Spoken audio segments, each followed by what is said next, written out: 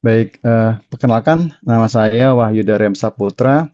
Saya lahir di Jakarta. Email saya wahyuda@gmail.com. Ini WA saya dan ini YouTube saya. Pendidikan formal saya S1 di UI lulus tahun 97, S2 di UHAMKA lulus tahun 2012. Pengalaman bekerja saya bekerja di bank pertama kali, kemudian sejak tahun 2000 bekerja di bidang pelayanan kesehatan khususnya dan di rumah sakit, dan terakhir saya bekerja di Rumah Sakit Royal Progress dari tahun 2021 sampai dengan sekarang. Untuk kompetensi dan keahlian saya sebagai ahli K3 umum Kemenaker, ahli K3 Rumah Sakit Kemenaker, tugas peran kebakaran Kemenaker, Training of Trainer BNSP, kemudian ahli keselamatan dan kesehatan kerja BNSP, Fire Safety Manager BNSP, kemudian Food Safety Dinas Kesehatan Jakarta, Manajemen Penanggulangan Krisis Kesehatan dari Kemenkes, Manajemen Risiko dari DMFK, kemudian Asisten Ahli Mutu Layanan Kebijakan Kesehatan Kemenristek Dikti, kemudian Regulasi Dokumentasi Observasi Redosko, kemudian Sismadak atau sekarang dikenal dengan Sidokar untuk akreditasi dari KARS, kemudian Asesor Internal Standar Akreditasi Rumah Sakit, kemudian peningkatan mutu layanan kesehatan dan keselamatan pasien. Itu kurang lebih data biografi singkat saya. Baik, saya mulai saja untuk sharing materinya.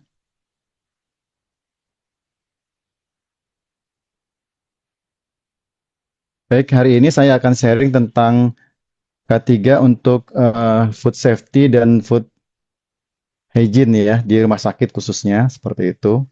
Jadi bagaimana makanan juga panganan makan siap saji yang kita berikan kepada pasien atau kita berikan kepada pengunjung ya. Kalau kita ada kafe, ada kantin, yaitu dalam keadaan safety seperti itu.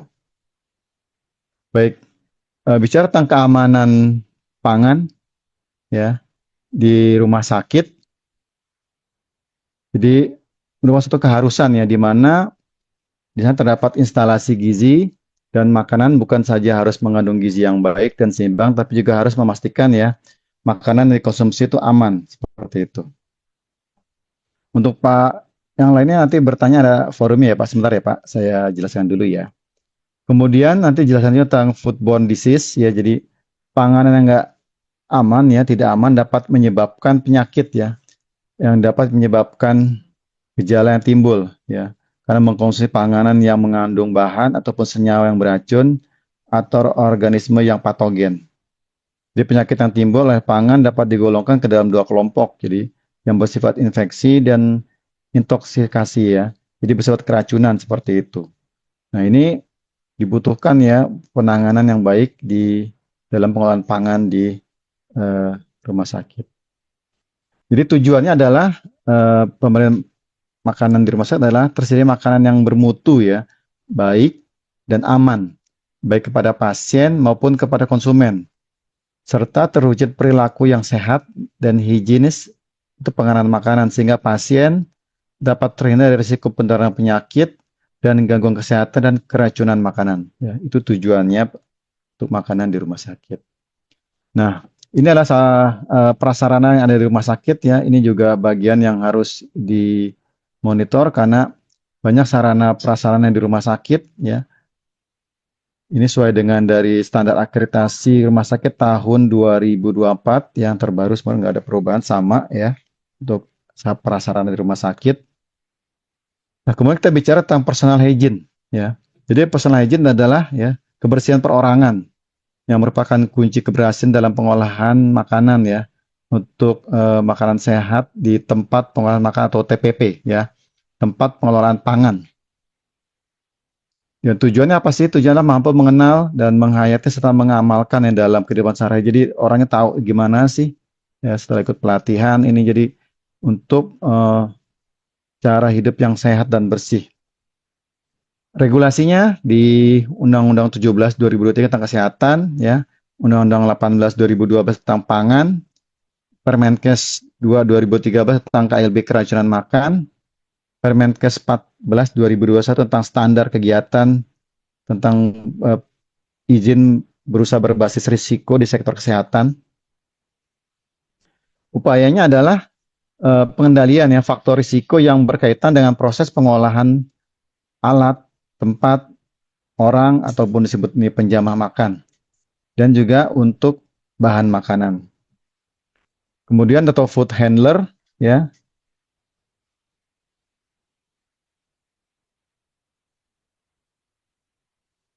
Termasuk adalah orang yang berhubungan langsung dengan pangan dan peralatan ya. Dimulai dari level persiapan, kemudian pembersihan, kemudian pengolahan, pengangkutan dan penyajian makan. Nah, untuk perorangannya kita harus tahu mengetahui sumber cemaran tubuh nih yang mungkin bersumber dari manusia ya. Yang bersumber juga cemaran dari lingkungannya dan sumber cemaran pada organ tubuh manusia bisa bersumber dari hidung, dari mulut, telinga, isi perut ataupun dari kulit. Gimana cara menjaga kebersihan kesehatan? Pertama ya, menyikat gigi dengan pasta gigi ya, berpakaian bersih, kemudian membersihkan lubang telinga ya, lubang hidung, kemudian jamban ya, selalu cuci tangan ya setelah keluar dari toilet untuk kebersihan kulit. Nah, ini contoh bila ada petugas ya pramusaji atau petugas pengolah makanan yang mengalami luka seperti ini harus diperhatikan. Nanti ini bisa mencemari ya sumber cemaran pada makanan yang diolah. Nah, jadi berupa luka terbuka, koreng ya, bisul ataupun nanah ataupun rambut ya. Makanya di sana biasa dia pakai tutup kepala seperti itu. Nah, lukanya bisa luka teriris ya karena nggak segera ditutup dengan plester tahan air, koreng, bisul ya rambut ya. Ini harus segera. Jadi nggak ada salahnya petugas quality controlnya ataupun dari manajer melakukan pengecekan ya tangan seperti mungkin waktu kita kecil ya dilihat tangannya bersih nggak ya ada luka atau tidak seperti itu ya. Kalau ada nih harus dipisahkan. Kemudian cemaran perilaku ya seperti tangan yang kotor, ini batuk, bersin, percikan ludah ya atau menyisir ya rambut dekat makanan ya. Ini kemudian perhiasan yang dipakai ya jangan sampai perhiasan nyemplung ke dalam makanan ya atau membuang sampah yang tidak pada tempatnya dan juga merokok ya jadi tidak diperbolehkan merokok ya di dapur gizi seperti itu. Kemudian sumber yang karena ketidaktahuannya dia pertama nggak paham tentang prinsip higien sanitasi, dia nggak tahu bahayanya ya kontaminasi, keracunan, pembusukan dan pemalsuan. Kemudian pemakaian bahan makanan untuk tujuan tertentu, misalnya pemakaian bahan palsu, bahan yang rusak, kualitas yang rendah, atau untuk persaingan bisnis ya. Kemudian tidak bisa membedakan ya bahan pangan dan bukan bahan pangan, ya karena dia pakai bahan pewarna seperti itu. Untuk persyaratan penjamah atau food handler, ya dia harus berbadan sehat, ya tidak menderita penyakit menular, berpakaian rapi, bersih, lengkap, ya pakai APD, ya, berupa celemek, tutup kepala, dan ikut pelatihan. Nah, untuk berbadan sehat itu biasanya kalau karyawan baru sudah pasti dilakukan MCU kan, medical check up, sehingga karyawan yang bekerja di tempat kita dalam keadaan sehat ya, seperti itu. Yang lainnya nanti bisa dicek dalam kegiatan sehari-hari ya, dan di setiap pagi sebelum bekerja, tugas yang berjaga ya melakukan pengecekan kepada staf yang hadir untuk penjamah makan. Ini contoh ya untuk makan nih di Royal Cafe di mana dia tertutup rapih juga terdapat di sini ada tanggal konsumsinya ya. Ini kotak dalam bentuk kotak yang food grade ya. Di sini ada sertifikasinya seperti itu. Nah, ini yang kandungan gizi ya, informasi gizi yang ada di dalam makanannya. Misalnya lemak total berapa, lemak jenuh berapa di sini. Nah, di sini ada nih, baik dikonsumsi misalnya sebelum tanggal 14 jam berapa. Jadi ada stiker ya, walaupun di dalam kotak makan ya makanan yang disajikan juga ada stikernya. Oke, di sini ada barcode-nya. Ini isi makanannya. Ya, ini masih makanan. Ya, kebetulan ini makanan vegetarian ya. Ini ada capcay, ya, ini ada kuahnya di sini, kuahnya dipisah. Ini bisa dihangatkan ya. Ya, ada warmernya seperti itu. Jadi, kalaupun pasien atau penunggu pasien mau pesan makan, ya ini ada makan seperti ini. Artinya makanan mereka tahu sehat ya.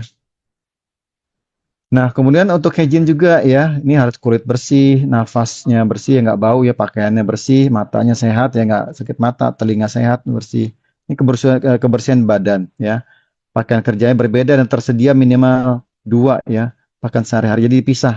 Jadi nggak boleh pakaian dari rumah dipakai di tempat dapur, harus salin.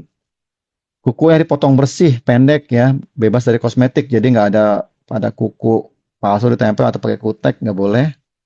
Kemudian sebelum pengolahan makan harus diperiksa nih kesehatannya. Tadi dikatakan ya, kalau memang dia sakit, dia tidak sehat, tidak disarankan untuk bekerja ya. Dan dia nggak boleh bawa penyakit sebagai disentri, kolera ataupun tipes. Nah, ini perilaku yang kadang tidak baik ya. Contoh di tangan ya, tangannya pakai perhiasan atau pakai jam tangan ya. Karena kan dia mengolah ya, terkadang berkeringat ya, khawatir lepas, ada copot ya, ada mungkin ada bautnya kecil, baut jam itu kalau copot masuk ke dalam bubur ya kan nggak terlihat tuh diaduk ya. Kalau ada di piring penyaji makan, ya, mengolah makan megang uang saat mengolah makan ini makanya biasa kasir dipisah ya. Ataupun itu dia pakai sarung tangan khusus. Kemudian berkuku panjang ya. Jadi kalau kita lihat pelayan saya berkuku panjang udah ya berarti nggak sesuai. Mulutnya nih, mulut saat sakit atau batuk tidak menutup mulut nih. Jadi disarankan karyawan yang sedang sakit batuk tidak memberikan pelayanan ya. Kemudian hidung ya, pengolahan makan memegang uang saat mengolah makan, ya, hidung harus juga tertutup. Rambut ya, tidak disarankan menggaruk-garuk rambut ya pada saat pelayanan. Kan dikhawatirkan ada rambut yang rontok, pun copot, ataupun ada kotoran, ada kutu, ya seperti itu. Dan disarankan juga ya, diwajibkan mereka menggunakan tutup kepala. Nah ini ya, tidak boleh ya merokok ya di ruang dapur ya seperti ini.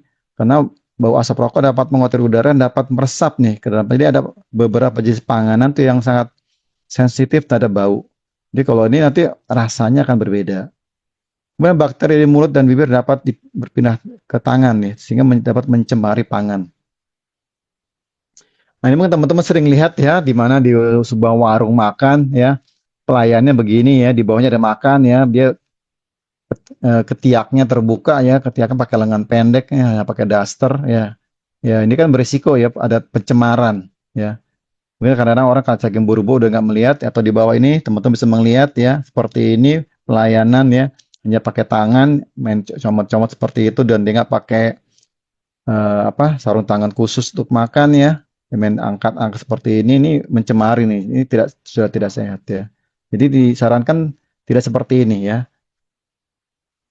Nah ini satu tempat makan ya yang saya anggap cukup baik, artinya tertata ya, berbeda dengan tadi ya, bersih, cerah, ya tempat duduknya pun bersih, sehingga dan juga ada edukasi di sekitarnya dan kemudian ada sertifikasi ya yang dikeluarkan oleh Dinas Kesehatan bahwa memang tempat makan tersebut ada sertifikatnya ya, baik sertifikat halal maupun sertifikat SLHS seperti itu.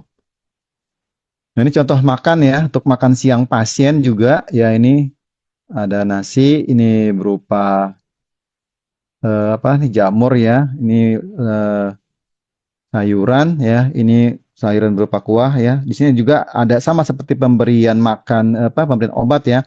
Di sini ada nama pasiennya, tanggal lahir, nomor rekam medis ya, kemudian ya, kamar berapa, ruang berapa sehingga data ini tidak salah ya. Karena ada beberapa pasien tertentu ya dia nggak boleh berikan misalnya nasi, harus makannya diet lunak seperti itu ya. Dan ini harus dilapor, artinya ada datanya. Jadi data dari registrasi pasien, perawat, semua satu. Sehingga bagian dapur gizi pun tidak salah memberikan makan seperti itu. Nah ini untuk pemberian makan berupa snack misalnya ya. Ini ada ada yang model ada bolunya, ada yang manisnya, juga ada yang pedasnya, ini ada pastel ya. Ini dalam bentuk makan dan juga terdapat tanggal produksinya nih. Jadi diproduksi tanggal berapa nih? Tanggal 14 bulan 6. Expire kapan? Tanggal 14 jam ya sampai dengan jam 14. Artinya ini disiapkan mungkin pagi atau subuh ya. Artinya disarankan dimakan sebelum jam 14. Jadi pun kalau lewat dari jam 14 ada pembusukan pihak dapur bisa menjelaskan bahwa ini sudah di luar ya, karena dimakan sudah di luar jam yang ditentukan ya. Dan ini disarankan juga tersedia nih, baik tadi untuk dimakan di ruangan maupun seperti snack seperti ini ya. Jadi ada stikernya, orang tahu dimakan sebelum jam 14 seperti itu. Ini tuh penampilan juru masaknya ya, nanti cuma pakai baju, pakai APD-nya.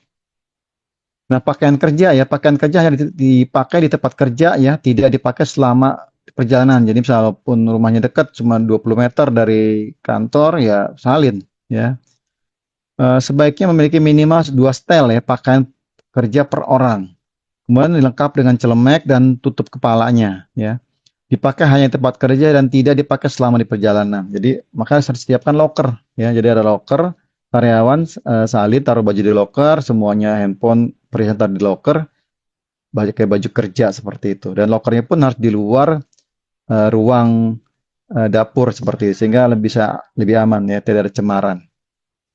Ini perilaku yang tidak baik ya, seperti menggaruk-garuk kulit, rambut, ya, lubang hidung ya, misi rambut ya, mencicipi makanan dengan jari misalnya seperti itu tidak disarankan. Yang menjat sendok yang langsung dipakai atau mengaduk pangan, jadi harus terpisah nih alatnya ya. Mengolah makanan tanpa alas tangan ya. Kemudian meludah pada saat mengolah makan ya, merokok saat mengolah makan, batuk atau bersin tanpa ditutup. Nah, untuk praktek kerja yang untuk menangani pangan adalah kesehatan fisik harus dijaga ya, dilindungi dengan gizi yang baik, kebersihan seperti itu. Penyakit harus dilaporkan kepada perusahaan nih. Jadi kalau ada sakit ya lapor, jadi jangan diem-diem. Tujuannya bukan apa-apa sih, untuk mencegah kontaminasi silang ya. Jadi sia-sia kita membuat bahan makanan itu kan ada nilainya ya, nilai barang produksi kalau rusak karena ada karyawan yang sakit dia nggak bilang, itu bisa tercemar, kasihan ya. Dan itu nilainya mahal sekali. Kebiasaan kerja nih harus hygiene ya, dikembangkan untuk menghilangkan pencemaran ya, yang bahaya potensial ya. Selama kerja tangan harus cuci ya, setelah menggunakan toilet ya, menangani sampah, menangani bahan pangan, memegang uang, merokok, batuk, bersin, cuci tangan. Maka harus sering atau harus tersedia air bersih ya di dapur seperti itu. Kemudian kebersihan dia pelihara, misalnya mandi setiap hari ya, otomatis keramas, membersihkan kuku, menggunakan penutup kepala atau hairnet ya, selama menangani pangan ya, memakai pakaian yang bersih. Terus karyawan dilarang menyentuh alat ya, pasien yang nggak hygiene, dan dilarang merokok nih, yang harus ditaati ketat. Jadi nggak boleh merokok, kalau merokok di luar ruangan, karena dia akan mencemari, tadi jelaskan di awal ya, untuk panganan tertentu sangat berisiko seperti itu. Kemudian ya, bentuk tanggung jawab paling sederhana untuk penjamah makan harus sehat ya, jadi kita harus sehat. Kemudian harus berperilaku hidup sehat atau PHBS ya, peduli terhadap akibat yang mungkin timbul. Jadi sadar ya risikonya apa sih kalau tidak berlaku sehat. Kemudian taat ya pada peraturan ataupun komitmen, dan menghasilkan pangan yang aman dan sehat ya. Dan untuk mencegah terjadinya KLB keracunan di masyarakat seperti itu. Kemudian bagian berikutnya kita bicara tentang bahan pencemar ya, bahan pencemar terhadap pangan dan makanan ya. Ini dasar hukumnya. Kemudian nih di undang-undang tentang pangan tadi dijelaskan di awal ya, karena dijelaskan tentang keamanan pangan ya, bahwa kondisi untuk mencegah panganan karena cemaran biologis, bahan kimia atau benda-benda tertentu seperti itu dapat mengganggu, merugikan, membahayakan kesehatan manusia. Nah, ini kelompok bahaya juga ya, misalnya ada mur ya, ada step, ada paku ya, pecahan kaca ya, kemudian ini ada bahaya biologis, ada bahaya kimia, fisika ya. Biologis misalnya ada tikus, ada kecoa ya, ada kutu seperti ini. Kimia ya, barang-barang misalnya zat-zat kimia seperti itu ya. Fisik nih ada paku, pecahan kaca nih, jangan sampai ya masuk ke dalam proses makanan kita. Nah, dalam pengolahan makan nih ya, panganan segar yang diolah seperti ini kita harus monitor ya. Ini panganan siap saji. Kan dia kan berproses ya dari panganan segar ya atau panganan olahan menjadi panganan yang siap saji. Jadi kita harus fokuskan di sini adalah untuk bahan bakunya ya. Bahan baku berupa ingredient atau bahan penolong, kemudian penanganan atau pengolahannya seperti itu. Nah, kita harus tahu juga ya bahaya makanan yang mengandung formalin atau boraks ya. Ini seperti pewarna ya, seperti ini rodamin, metanyl yellow nih karena beracun seperti itu. Jadi BTP ya, bahan tambahan pangan ya, bahan tambahan pangan kita harus tahu ya berapa dampaknya karena dapat mempengaruhi sifat dan bentuk dari pangan.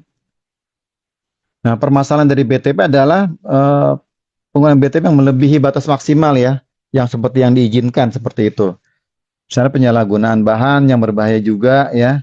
Kemudian misalnya pemanis ataupun pengawet, ya ini pengawet yang berlebihan ya, formalin ini nggak boleh ada sama sekali ya. Jadi ada rodamin atau pewarna ya yang ada di sumber makanan kita.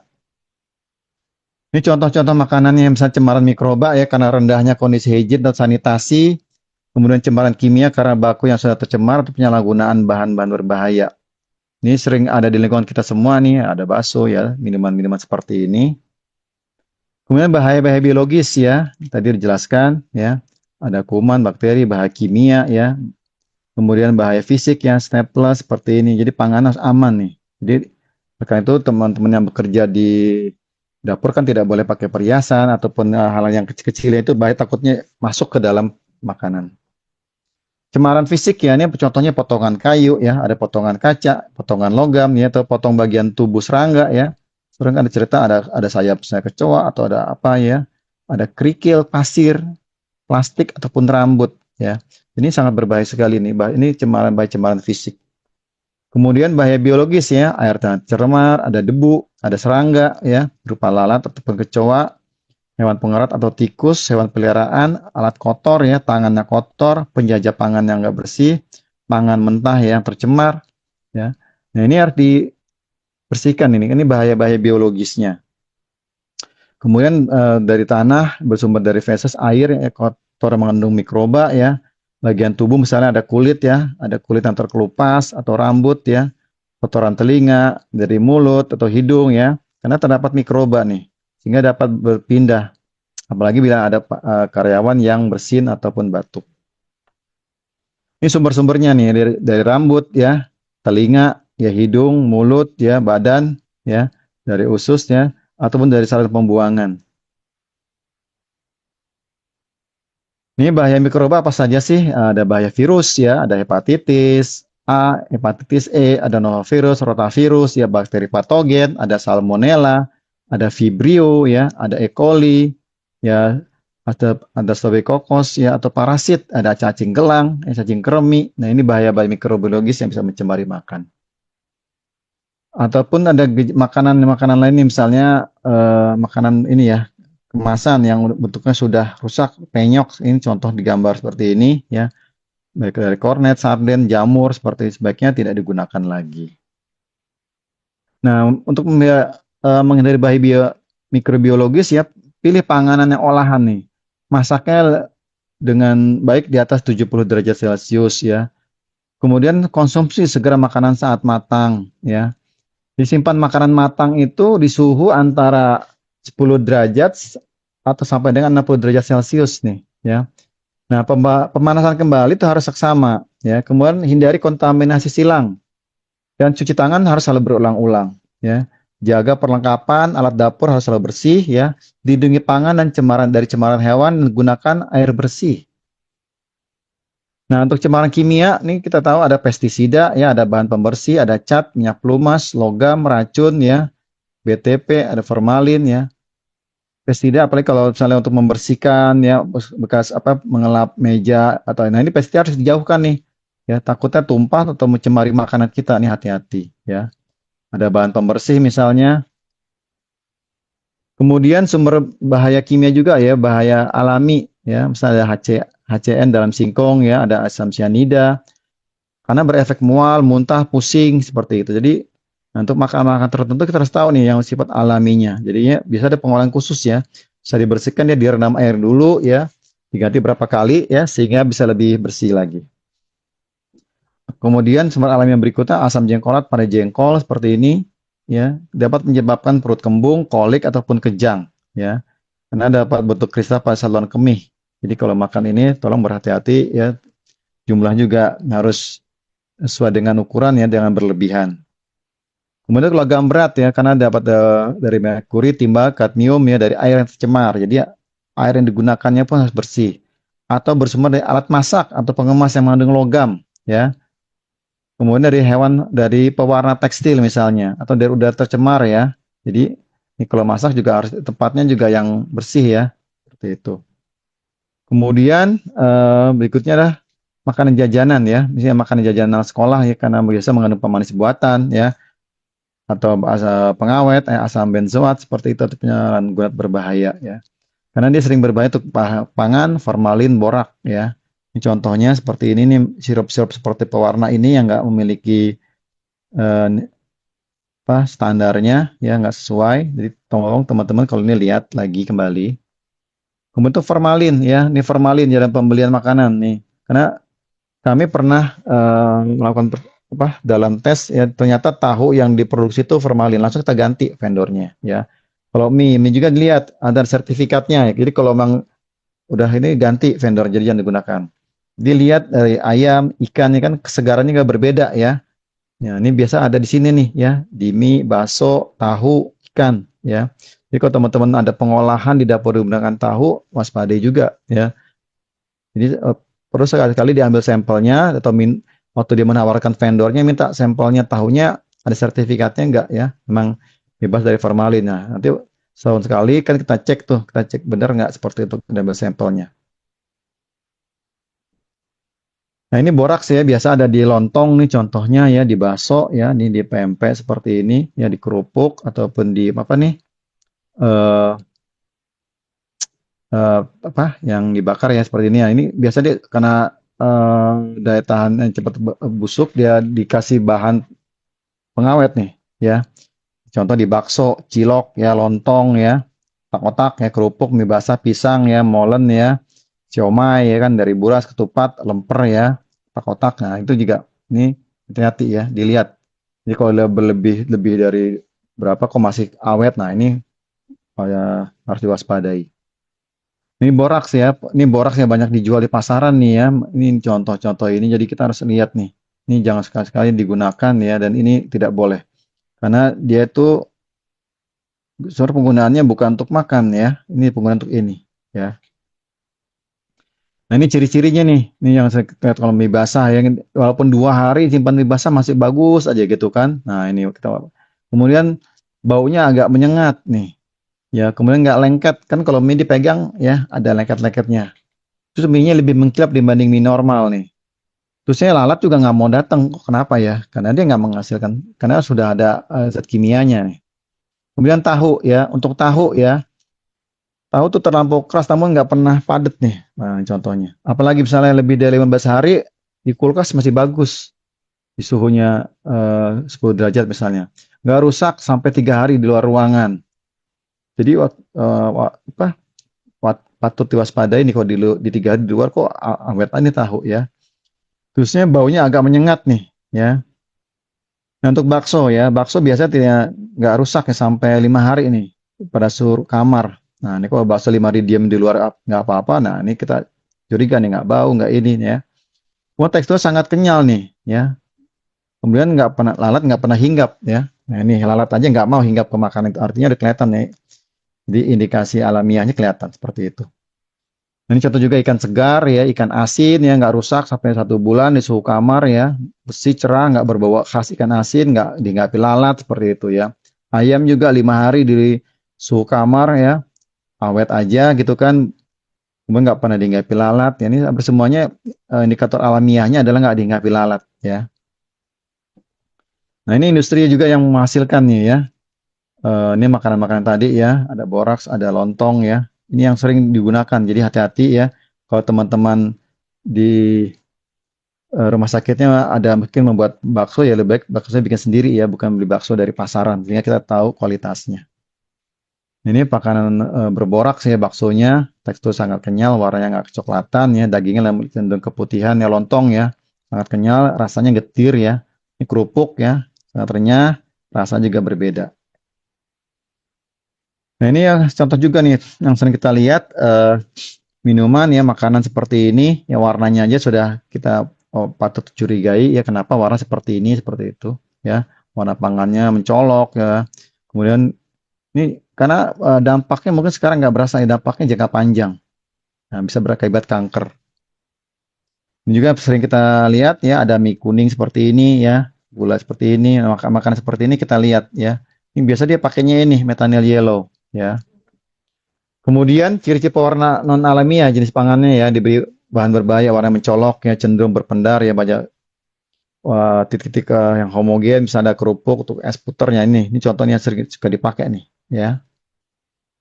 Kemudian kemasan pangan juga ya nih diharapkan sih teman-teman nggak menggunakan styrofoam ya, jadi menggunakan yang sifatnya food grade seperti itu. Sini kan sebenarnya nggak tahan panas nih, karena panas dia merusak juga.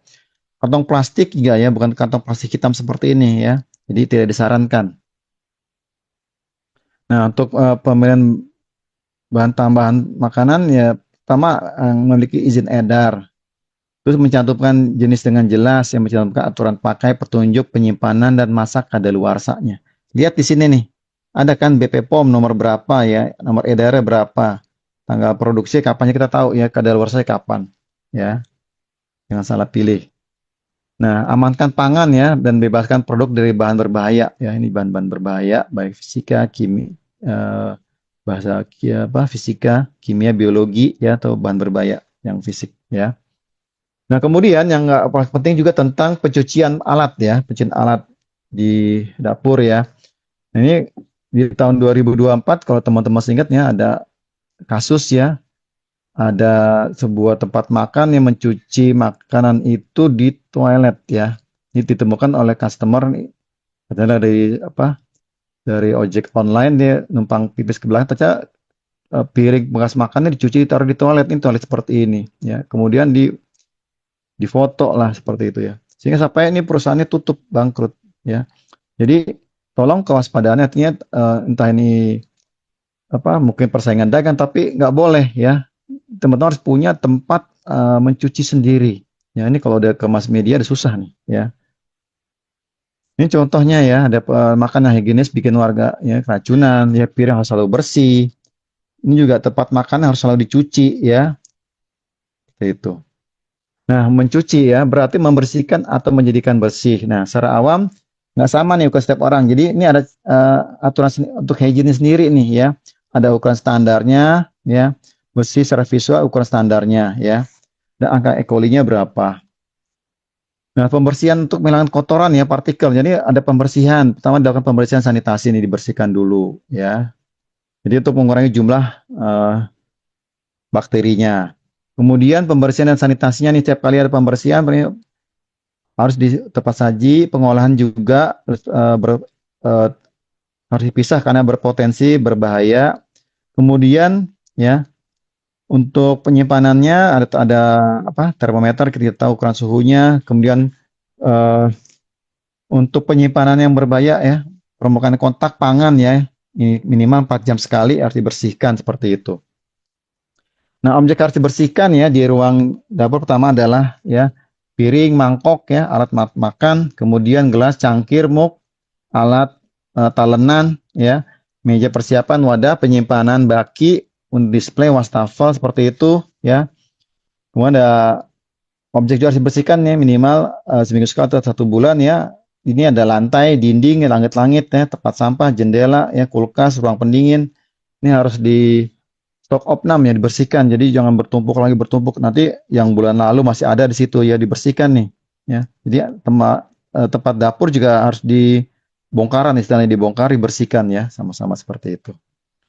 Nah, untuk proses pencucian itu ada 5 ya. Pertama tersedia sarana pencucian, kedua ada teknis pencucian, ketiga mengetahui maksud untuk cucinya, keempat kebersihan, 5 bahan pencuciannya ya. Untuk perangkat kerasnya ada bahan persiapan ya, pencucian ada 3 bak, ada sinknya, pencucian, ada pembersihan, disinfeksi ya. Kemudian perangkat luarnya ada berupa air bersih ya, zat pembersih, bahan penggosok ya, atau disinfektan seperti itu. Nah ini nih mesti ada berapa saat? Ini 1, 2 ya, 3, 4, 5, 6 ya. Ada 6. Jadi ada scraping, flushing, washing ya, rinsing ya, sanitizing sama tol ya. Ini harus seperti ini. Jadi bukan satu tempat, satu bak, itu lagi enggak. Ya, jadi ini ada tempatnya, kayak seperti ban berjalan seperti itu ya teman-teman. Jadi memang dibutuhkan tempat, iya tempat, karena memang pembersihan kan harus bersih, apalagi kalau di rumah sakit ya, ada pasien-pasien yang infeksius ya, mungkin penanganan beda, jadi harus dicuci lagi dengan air panas seperti itu ya. Nah, ini model-model contohnya ya untuk penempatan baki cucinya nih ada penempatan lurus ya, penempatan model siku ya, penempatan letter T atau letter U ya. Ini disesuaikan nih ya. Untuk ada scrapingnya ya, ada flushingnya, ada washingnya, sanitizing sama penirisan ya terakhir seperti itu. Jadi ini berurut seperti ini. Nah untuk scraping, ini contoh scraping ya dibuang nih. Jadi arti ini ada tempatnya nih, tempat sampah dibuang, sisa-sisa makanan di sini. Oke. Kemudian flushing ya direndam. Ini bak keduanya direndam ya. Rendam seluruh kotoran yang nempel sehingga mudah dibersihkan ya. Kemudian ketiga washing ya dicuci ya seperti itu. Kemudian ke berapa? Lima ya.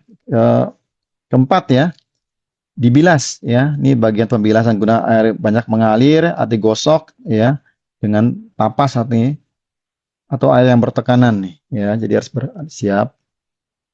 Kemudian disinfeksi ya. Untuk ini menggunakan panas ya, 82 derajat selama 30 menit ya atau di steam ya atau pakai klorin ya. Bisa pakai head aja sih ya.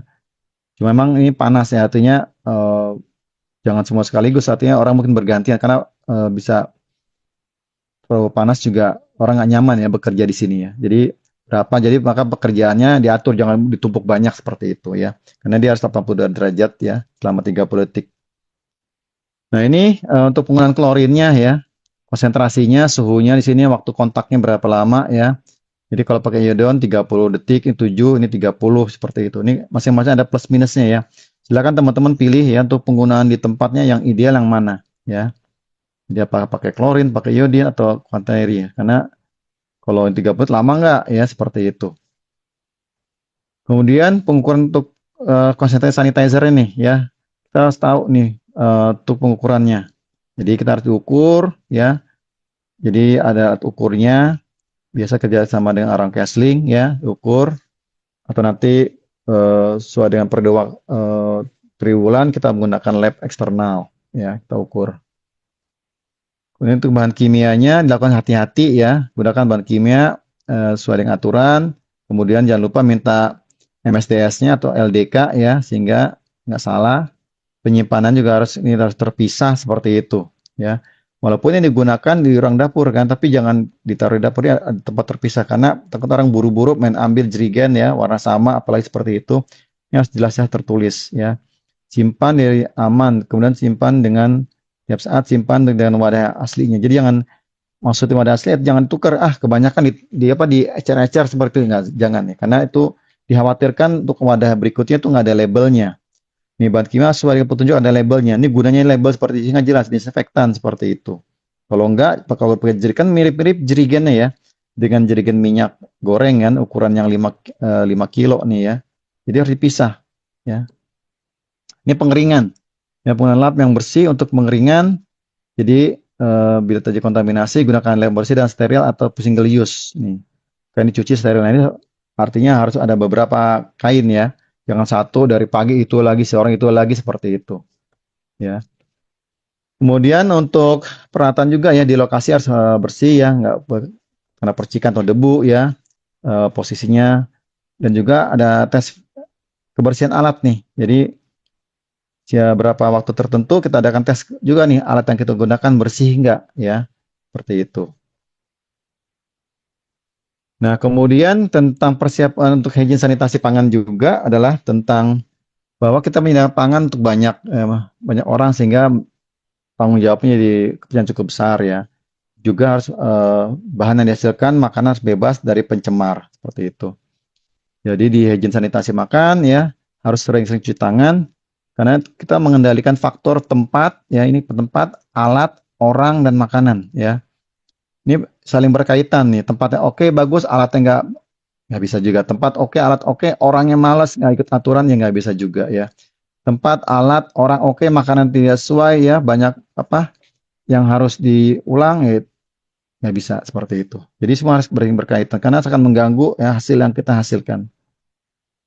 Kemudian cemaran ya, tadi dibahas juga nih cemaran-cemarannya juga nih ya, cemaran mikroba, cemaran kimia ya, penyalahgunaan bahan berbahaya atau BTP ya, bahan tambahan pangan seperti ini. Ya ini banyak. Jadi nanti kalau dia gunakan ya, saran saya kalau mau bikin sering bakso ya kita kalau masalah ya minyak yang khasnya ya. Kalau kita beli yang sudah nggak tahu, mungkin awalnya kasih bagus lama-lama ya bisa terjadi kan. Nah, kita harus sering-sering melakukan uji uji silang, dicek lagi seperti itu. Kenapa sih penting ya? Karena nih kalau tempat makan yang kita seperti kan enak ya, kita lihat bersih ya, nyaman ya, makan tertata dengan rapi juga nyaman seperti ini ya. Sehingga mencegah keracunan pangan atau penyakit akibat pangan seperti itu ya. Jadi itu dimulai dari pemilihan bahan ya. Jadi bahan-bahan yang dipilah, penyimpanan bahan juga nih harus diatur ya, nggak boleh nyampur ya. Jangan bahan basah, bahan kering campur ya, semua dipisah nih. Pengolahan makan atau mengolahnya ya, masaknya seperti apa di sini. Penyimpanan produknya kadang-kadang kan dia masaknya pagi ya. Kemudian baru disiapkan buat nanti sore misalkan masaknya dari pagi-pagi. Nah, itu penyimpanan seperti apa nih? Kemudian distribusi, jangan lupa distribusi antar lantai misalnya. Dari dapur ke kamar pasien, dari dapur misalnya ke pelayanan pasien. Mungkin kalau jarak dekat ya, kalau lama butuh waktu naik lift lagi, nunggu lagi. Boleh nggak terbuka seperti ini jadi dampak juga. Mungkin tampaknya troli yang tertutup ya. Nah, ini penyajian. Ya, penyajian juga harus orang nyaman ngelihatnya seperti orang bukan semangat untuk makannya teman-teman. Nah, sekarang penyiapan pemilihan bahan ya. Bahan harus dipilih ya. Misalnya contoh pemilihan daging sapi ya warnanya merah segar, seratnya halus ya, kenyal ya, lemak, lunak dan warna misal kuning seperti ini. Ini kalau daging kambing ya warna merah jambu, seratnya halus ya, lemak keras warna putih, berbau khas ya. Lihat bau nggak nih? Kalau nggak, jangan-jangan bukan daging kambing ya, kita bisa tahu juga. Nah, kalau unggas ayam yang dibeli ya, kalau keadaan sudah jelek, nih masih segar, kalau sudah berwarna seperti ini, sebaiknya ditolak ya, jangan diterima, karena nanti sia-sia kita kerja dari awal ya. Unggas warna putih ya, kuning, lembek, tulang ini yang bagus nih. Nah, kalau yang unggas kampung ya agak kering ya. Kalau boiler seperti ini. Jadi kita harus tahu nih ciri-cirinya yaitu beli ya.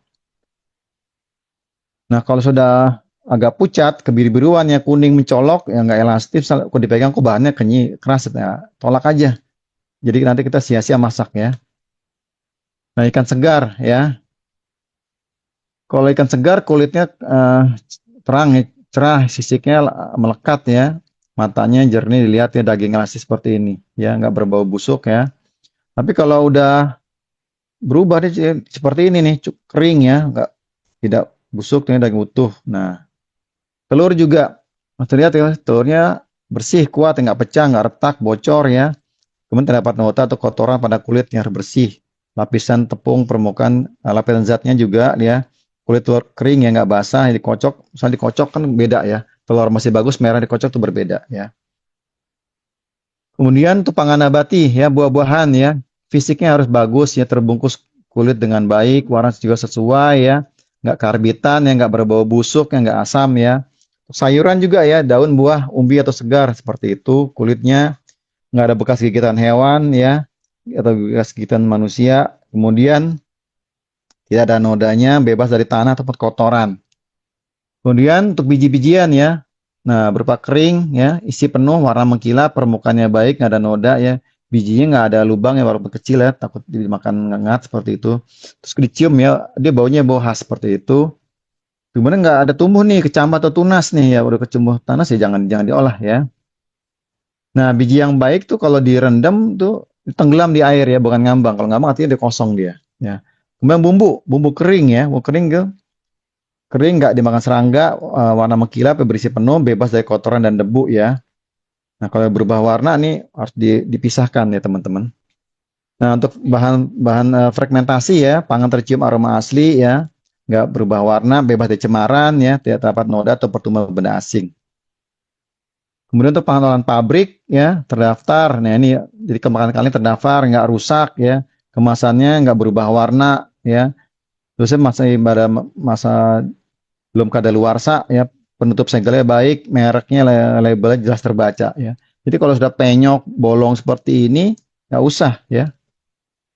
Ini juga untuk penyimpanan nih. Ya penyimpanannya harus terhindar dari hewan, kontaminasi bakteri ya.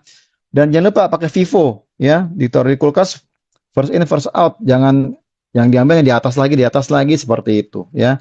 Penyimpanan bersih dan tertutup ya, penyimpanan nggak bernempel ke dinding ya, lantai langit ya. Dan dikelompokkan per jenis makanan yang nggak dicampur ya. Ini suhunya ya, ada suhu sejuk, ada chilling ya, ada freezing, ada beku. Ini suhu yang di standar seperti ini ya.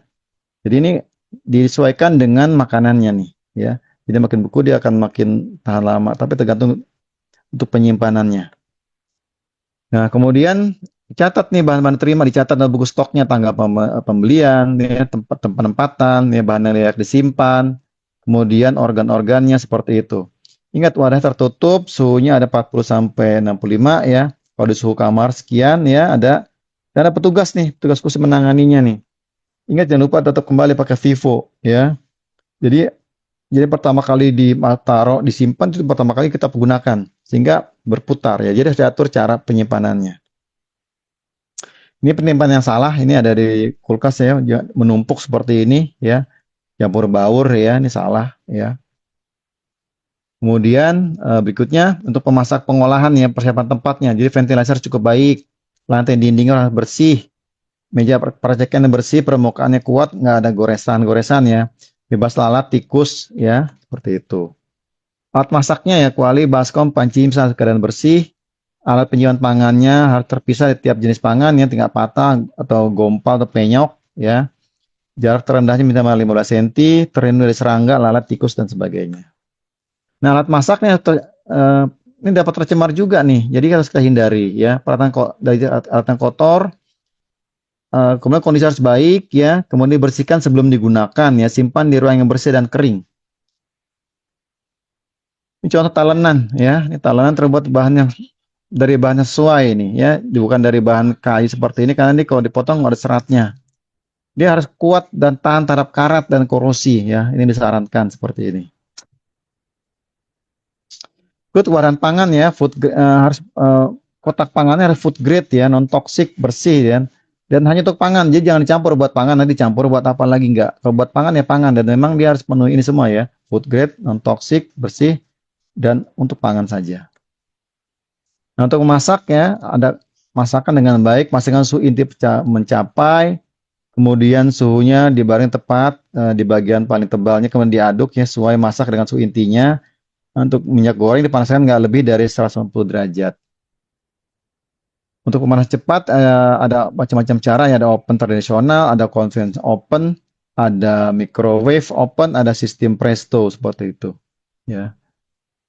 Nah, untuk pemanasan lambat ya digunakan sistem listrik atau pakai kompor biasa ya, untuk yang mudah resiko tinggi sehingga harus segera dikonsumsi. Nah ini, jadi kalau yang berisiko makanan cepat basi atau rusak ya segera dimakan ya, jangan dipanas berulang-ulang karena kandungan gizi bisa berubah. Kemudian untuk media masaknya ya, ini ada macam-macam untuk penggunaan media masak, ada dengan merebus, dengan menggoreng ataupun dengan membakar ya. Ini kalau dengan merebus harus tahu waktu perebusannya berapa lama. Kalau menggoreng, ini lihat uap airnya, asapnya, oksigennya seperti itu ya. Kalau pembakaran yang lemak yang keluar apa ya, sini ada. Kemudian untuk masaknya juga ya, untuk masak yang perlu dilakukan adalah makanan keringnya ya, kemudian penambahan pengempukan, pewarnaan alam ya, bahan makanan lunak ya, maksimum lama makan ulang ada 3 jam sebelum waktu penyajian. Ini kata kunci di sini. Percikan bahan ya, peracikan ya, cuci bahan pangan, bumbu sampai bersih, selalu cuci di sini, potong bahan kecil ya, buang bagian yang rusak ataupun layu seperti itu. Dan diprioritaskan dalam masak adalah masak bahan pangan yang tahan lama nih ya. Kemudian simpan bahan pangan yang belum waktunya di dalam kulkas ya. Simpan pangan matang yang belum waktunya juga dihidangkan dalam keadaan panas ya. Lemak, minyak menggoreng sebaiknya tidak dipanaskan berlebihan ini. Jadi panas harus diukur ya. Kemudian panas yang tidak, jadi pangan yang sudah dimasak nggak boleh dijamah secara langsung nih dengan tangan, tapi menggunakan alat atau sendok ya. Untuk mencicipi gunakan sendok khusus yang memang selalu untuk mencicipi. Oke, untuk pangan dalam keadaan wadah tertutup, ya pangan dilelehkan. Nah, ini juga untuk pelelehan juga ya. Kadang-kadang kan makanan disimpan di beku. Nah, dilelehkannya itu juga harus bertahap, jadi nggak sekaligus ya, sehingga kandungan gizi tetap terjaga ya, sehingga waktu diolah makanan tidak mengurangi rasanya seperti itu. Ini penyimpanan ya, seperti ini ya. Ditulisin terus tanggalnya, jamnya seperti itu. Nah, ini risiko-risikonya nih, jenis pangan ini ada yang protein, daging ya. kemudian pangan berlemak ya bisa mengandung apa. Nah, untuk cara penginginasan pangan matang, yang pertama diinginkan ya, tidak segera disajikan, diturunkan sampai suhu 10 sampai dalam 2 jam ya. Kemudian baru masuk ke dalam kulkas ya, dengan suhu 4 derajat ya. Kemudian dicatat nih dalam pengukuran suhu. Jadi nggak langsung ini tahapan-tahapan setelah masak ya, didinginkan di suhu ruang, baru masuk ke kulkas seperti itu. Ini penyimpanan bahan pangan ya, karena disimpan untuk kenapa sih disimpan? Untuk mencegah pertumbuhan bakteri ya. Karena bakteri bisa tumbuh ya di bawah suhu 5 derajat dan di atas 60 ya. Jadi suhunya sangat berbahaya. Dan harus tertutup ya untuk melindungi dari serangga ya. Waktu tunggunya ya. Ini waktu tunggu yang disarankan ya sekitar 4 jam. Panas kembali ya, pangan disajikan dengan suhunya 8 derajat ya. Nah, kemudian cara pengangkutan ya. Wadahnya ada wadah masing-masing harus kuat ya. Jadi trolinya tuh harus yang anti bocor ya. Kemudian ada kalau memang ada pemanasnya berarti dia harus bisa dipanaskan ya. Ada colokan untuk listriknya seperti itu. Ya macam-macam bentuknya ya. Ada bentuk seperti ini ya untuk daya angkutnya. Kemudian untuk penyajiannya nih. Tempat penyajian juga harus baik ya tempat penyajiannya, waktu penyajiannya dan cara penyajian dan prinsip penyajian.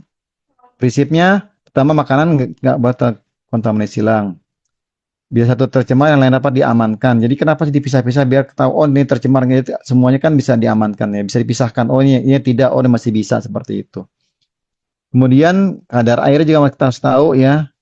Kemudian makanan yang dimakan hindari makanan yang membahayakan ya. Seperti ini jangan sampai masuk ke dalam makanan. Kemudian makanan dipisahkan. Tadi udah dicontohkan yang digambar di atas ya makanan ditempatkan wadah khusus ya kotak khusus yang food grade seperti itu. Untuk dipanaskan ya ada prinsip pemanasan, ada penyajiannya ya seperti ini ya, ada pemanasnya. Kemudian untuk handlingnya nih, ya, arti handling ini nggak tangan telanjang ya, tapi pakai alas ya teman-teman, pakai sarung tangan khusus ya, sehingga nggak ada pencemaran di tubuh atau dan juga lebih sopan ya diet juga. Baik Pak Arief, saya rasa cukup untuk materi hari ini. Silakan waktu dan tempat saya kembalikan ke Pak Arief. Oke, baik. Terima kasih banyak Pak Wahyuda untuk materinya dan di sini sudah ada yang ingin berdiskusi ya. Tapi sebelum kita lanjut ke sesi diskusi, ada beberapa informasi dulu untuk rekan-rekan semuanya. Bagi Bapak Ibu yang ingin bertanya, silahkan bisa tuliskan pertanyaannya di kolom Q&A ya Bapak Ibu. Nah, untuk absensi nanti kita akan berikan setelah ini ya. Jadi mohon ditunggu terlebih dahulu dan untuk materi pun nanti kita akan share di aplikasi Mika Pro. Jadi nanti Bapak Ibu bisa buka di menu modul pelatihan. Nah, itu nanti bisa diakses untuk Mika Pro yang statusnya platinum. Sekali lagi untuk yang Bapak Ibu baru daftar itu akan mendapatkan gratis 3 bulan platinum ya. Oke, nah bagi Bapak Ibu semuanya yang sudah install aplikasi Mika Pro, silahkan bisa dicek apakah aplikasi Mika Pro-nya sudah platinum atau masih silver. Kalau sudah platinum maka aman, tinggal isi absensi saja. Ya kalau misalkan masih silver, Bapak Ibu tidak perlu khawatir ya, masih bisa mendapatkan sertifikatnya walaupun sudah eh, berlalu webinarnya ya. Misalkan sekarang masih belum bisa upgrade, nanti upgrade-nya bulan depan, nggak apa-apa. Yang penting Bapak Ibu semuanya upgrade, kemudian nanti sertifikatnya bisa kami terbitkan gitu. Nah, bagaimana cara upgrade platinumnya? Di sebelah kanan ini adalah gambar untuk aplikasi Mika Pro yang statusnya silver. Maka nanti akan ada gemboknya, ada dua ya. Nanti Bapak Ibu silahkan bisa klik aja salah satu gembok yang ada di sini, lalu ikuti untuk langkahnya. Nah, untuk Bapak Ibu semuanya yang sudah mengikuti webinar kolega dan ingin untuk refresh kembali materinya, bisa langsung meluncur ke channel YouTube-nya Kak Cik Deni karena di channel YouTube-nya Kak Cik Deni webinar kolega kita akan upload juga di sana. Seperti itu ya Bapak Ibu. Silakan bisa subscribe dan jangan lupa klik tombol loncengnya supaya nggak ketinggalan video-video terbaru dari Kak Cik Deni.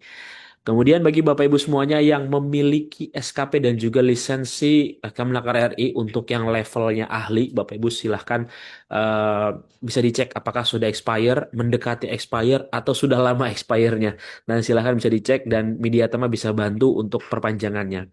Kemudian bagi Bapak Ibu yang levelnya teknisi, kemudian juga supervisor, ataupun juga CEO alat berat, serta petugas ya. Nah, Bapak Ibu juga bisa melakukan perpanjangan di media Tama seperti itu. Dan yang penting Bapak Ibu belum expire lebih dari 1 tahun, walaupun sudah expire tapi jangan sampai lebih dari 1 tahun ya. Kalau sudah lebih dari 1 tahun maka perlu refreshment lagi dan memerlukan waktu 3 hari sampai 5 hari untuk melakukan refreshmentnya tergantung pelatihannya Bapak Ibu.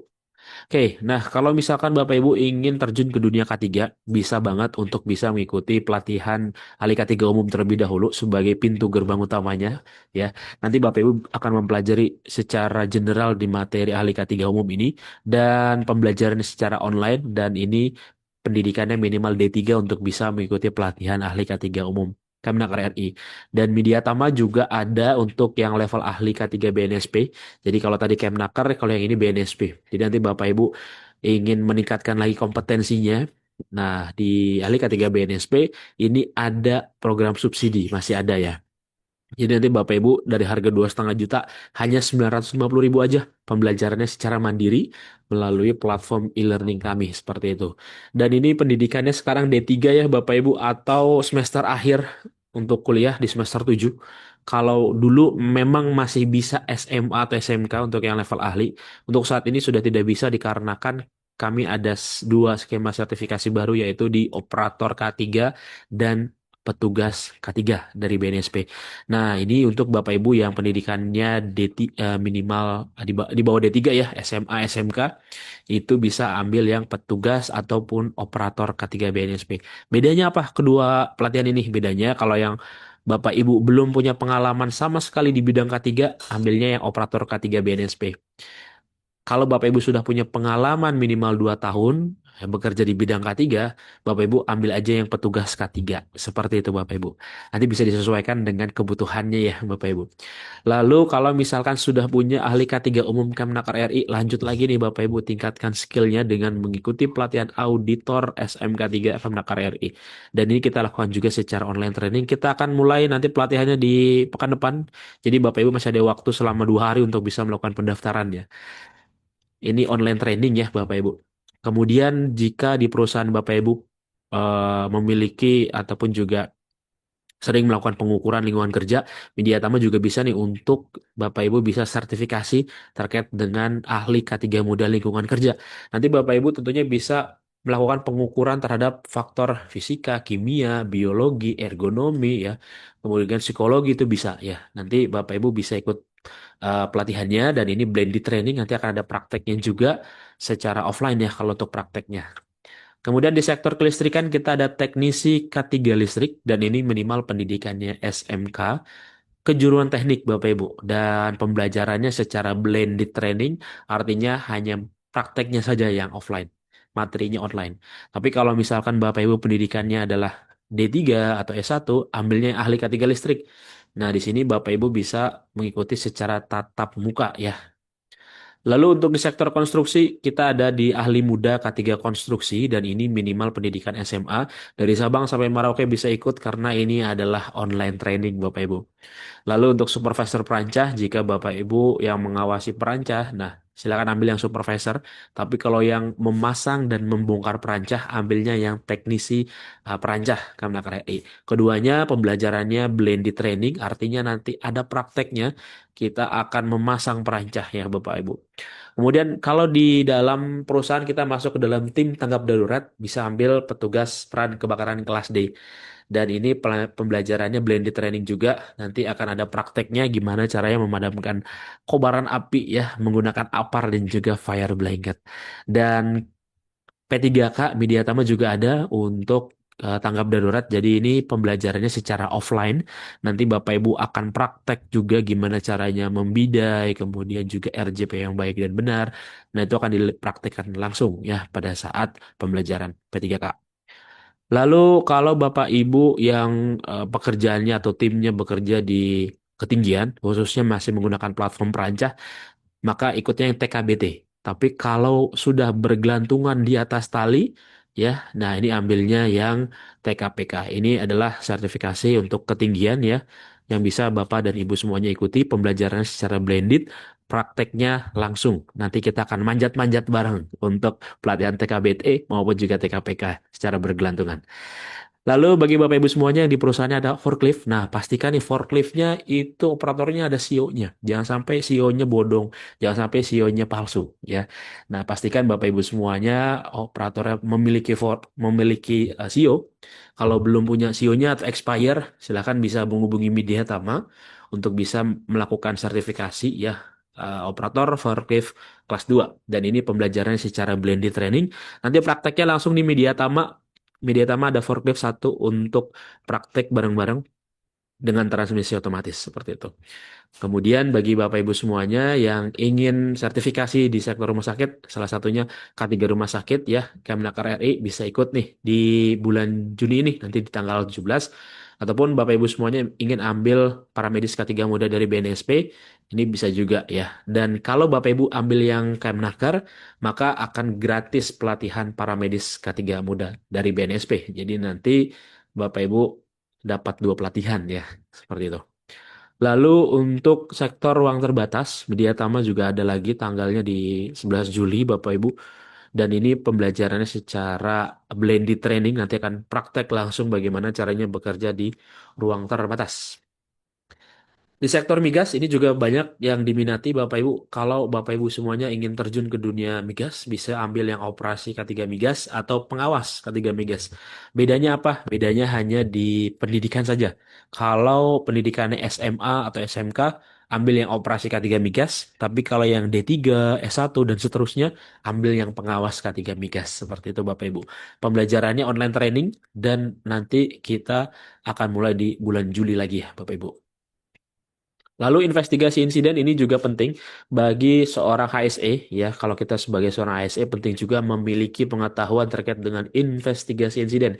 Jangan sampai nanti ketika ada insiden kita bingung cara menginvestigasinya gitu ya. Nah, Bapak Ibu silahkan bisa perkaya lagi ilmunya dengan mengikuti sertifikasi investigasi insiden. Harapannya sih memang ilmu ini tidak terpakai ya. Kalau terpakai artinya ada kecelakaan kerja gitu. Jadi ini buat jaga-jaga saja. Kalau misalkan ilmu ini kepakai, ya berarti Bapak Ibu semuanya sudah memiliki lisensinya sebagai seorang investigator dan juga Bapak Ibu tahu teknik-tekniknya seperti apa. Dan pembelajarannya secara online training. Kemudian kami ada sertifikasi baru yaitu HIMU dan HIMA ya dan pelatihannya secara online training kita akan laksanakan nanti di bulan Juli secara kalau yang HIMU itu blended, Bapak Ibu ada wawancaranya langsung ya. Kalau yang HIMA ini online ya. Nanti akan melalui Zoom saja. Lalu untuk Bapak Ibu yang bekerja di sektor laboratorium, nah kami ini juga ada untuk sertifikasi K3 laboratorium BNSP. Jadi Bapak Ibu semuanya yang bekerja menjadi seorang chemis ataupun juga analis ya. Nah, ini bisa banget untuk mengikuti sertifikasi K3 laboratorium. Kita akan laksanakan secara online training ya Bapak Ibu. Oke. Nah, kemudian ini adalah ATK yang nanti Bapak Ibu akan dapatkan tergantung dengan pelatihan yang Bapak Ibu pilih ya tentunya.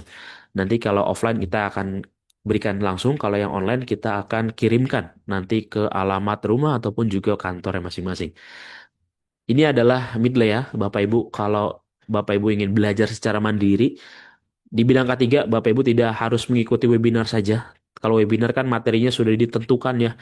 Hari Sabtu ini, hari Sabtu depan ini gitu ya. Kalau di Midlaya, Bapak Ibu bisa bebas menonton video pembelajaran K3 dan bisa dapat sertifikat, bisa download juga modulnya gitu.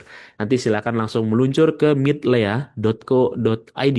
Nanti Bapak Ibu bisa registrasi dulu akunnya. Ini tidak ada silver atau platinum, jadi hanya daftar kemudian akses aja gitu. Nanti tinggal pilih video yang ingin Bapak Ibu tonton videonya. Lalu bagi Bapak Ibu yang sedang mencari pekerjaan baru ya atau belum dapat kerjaan saat ini silahkan bisa langsung buka mediatama.co.id ada menu karir yang nanti Bapak Ibu bisa lamar saja, masukkan CV-nya, kemudian tinggal tunggu panggilan dari perusahaan ya. Kemudian bagi Bapak Ibu semuanya yang belum punya CV juga bisa buat CV online di aplikasi Mika Pro. Klik, klik buka klik di aplikasi Mika Pro buat CV online dan ini gratis, nggak perlu bayar.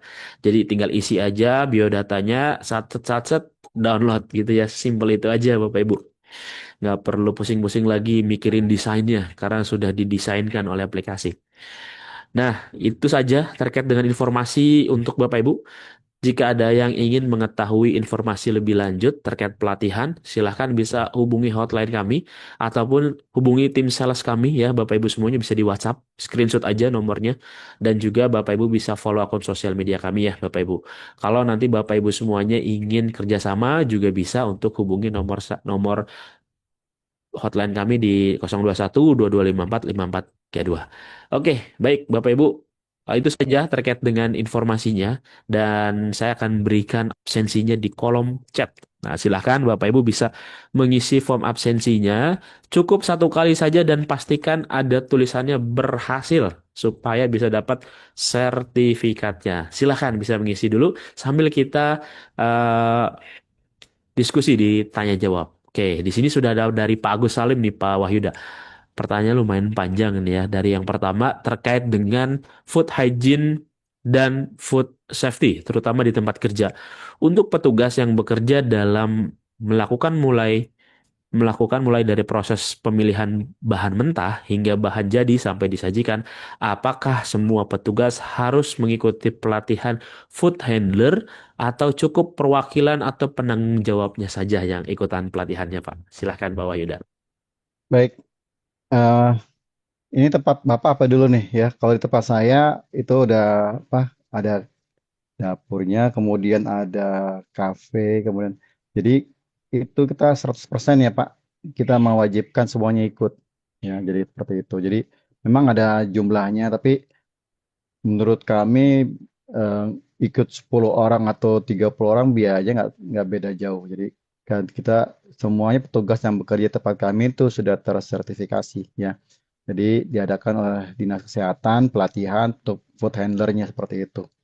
Jadi saran saya sih eh, lebih baik banyak orang ikut tuh akan lebih lebih baik Pak. Jadi lebih lebih baik orang paham. Jadi mereka tahu kenapa sih harusnya misalnya nggak boleh pakai jam tangan, misalnya nggak boleh pakai apa kutek seperti itu nggak boleh. Nah, jadi mereka tahu alasan kesehatan seperti apa dijelaskan oleh dari pihak dinas atau dari Kementerian Kesehatan, ya.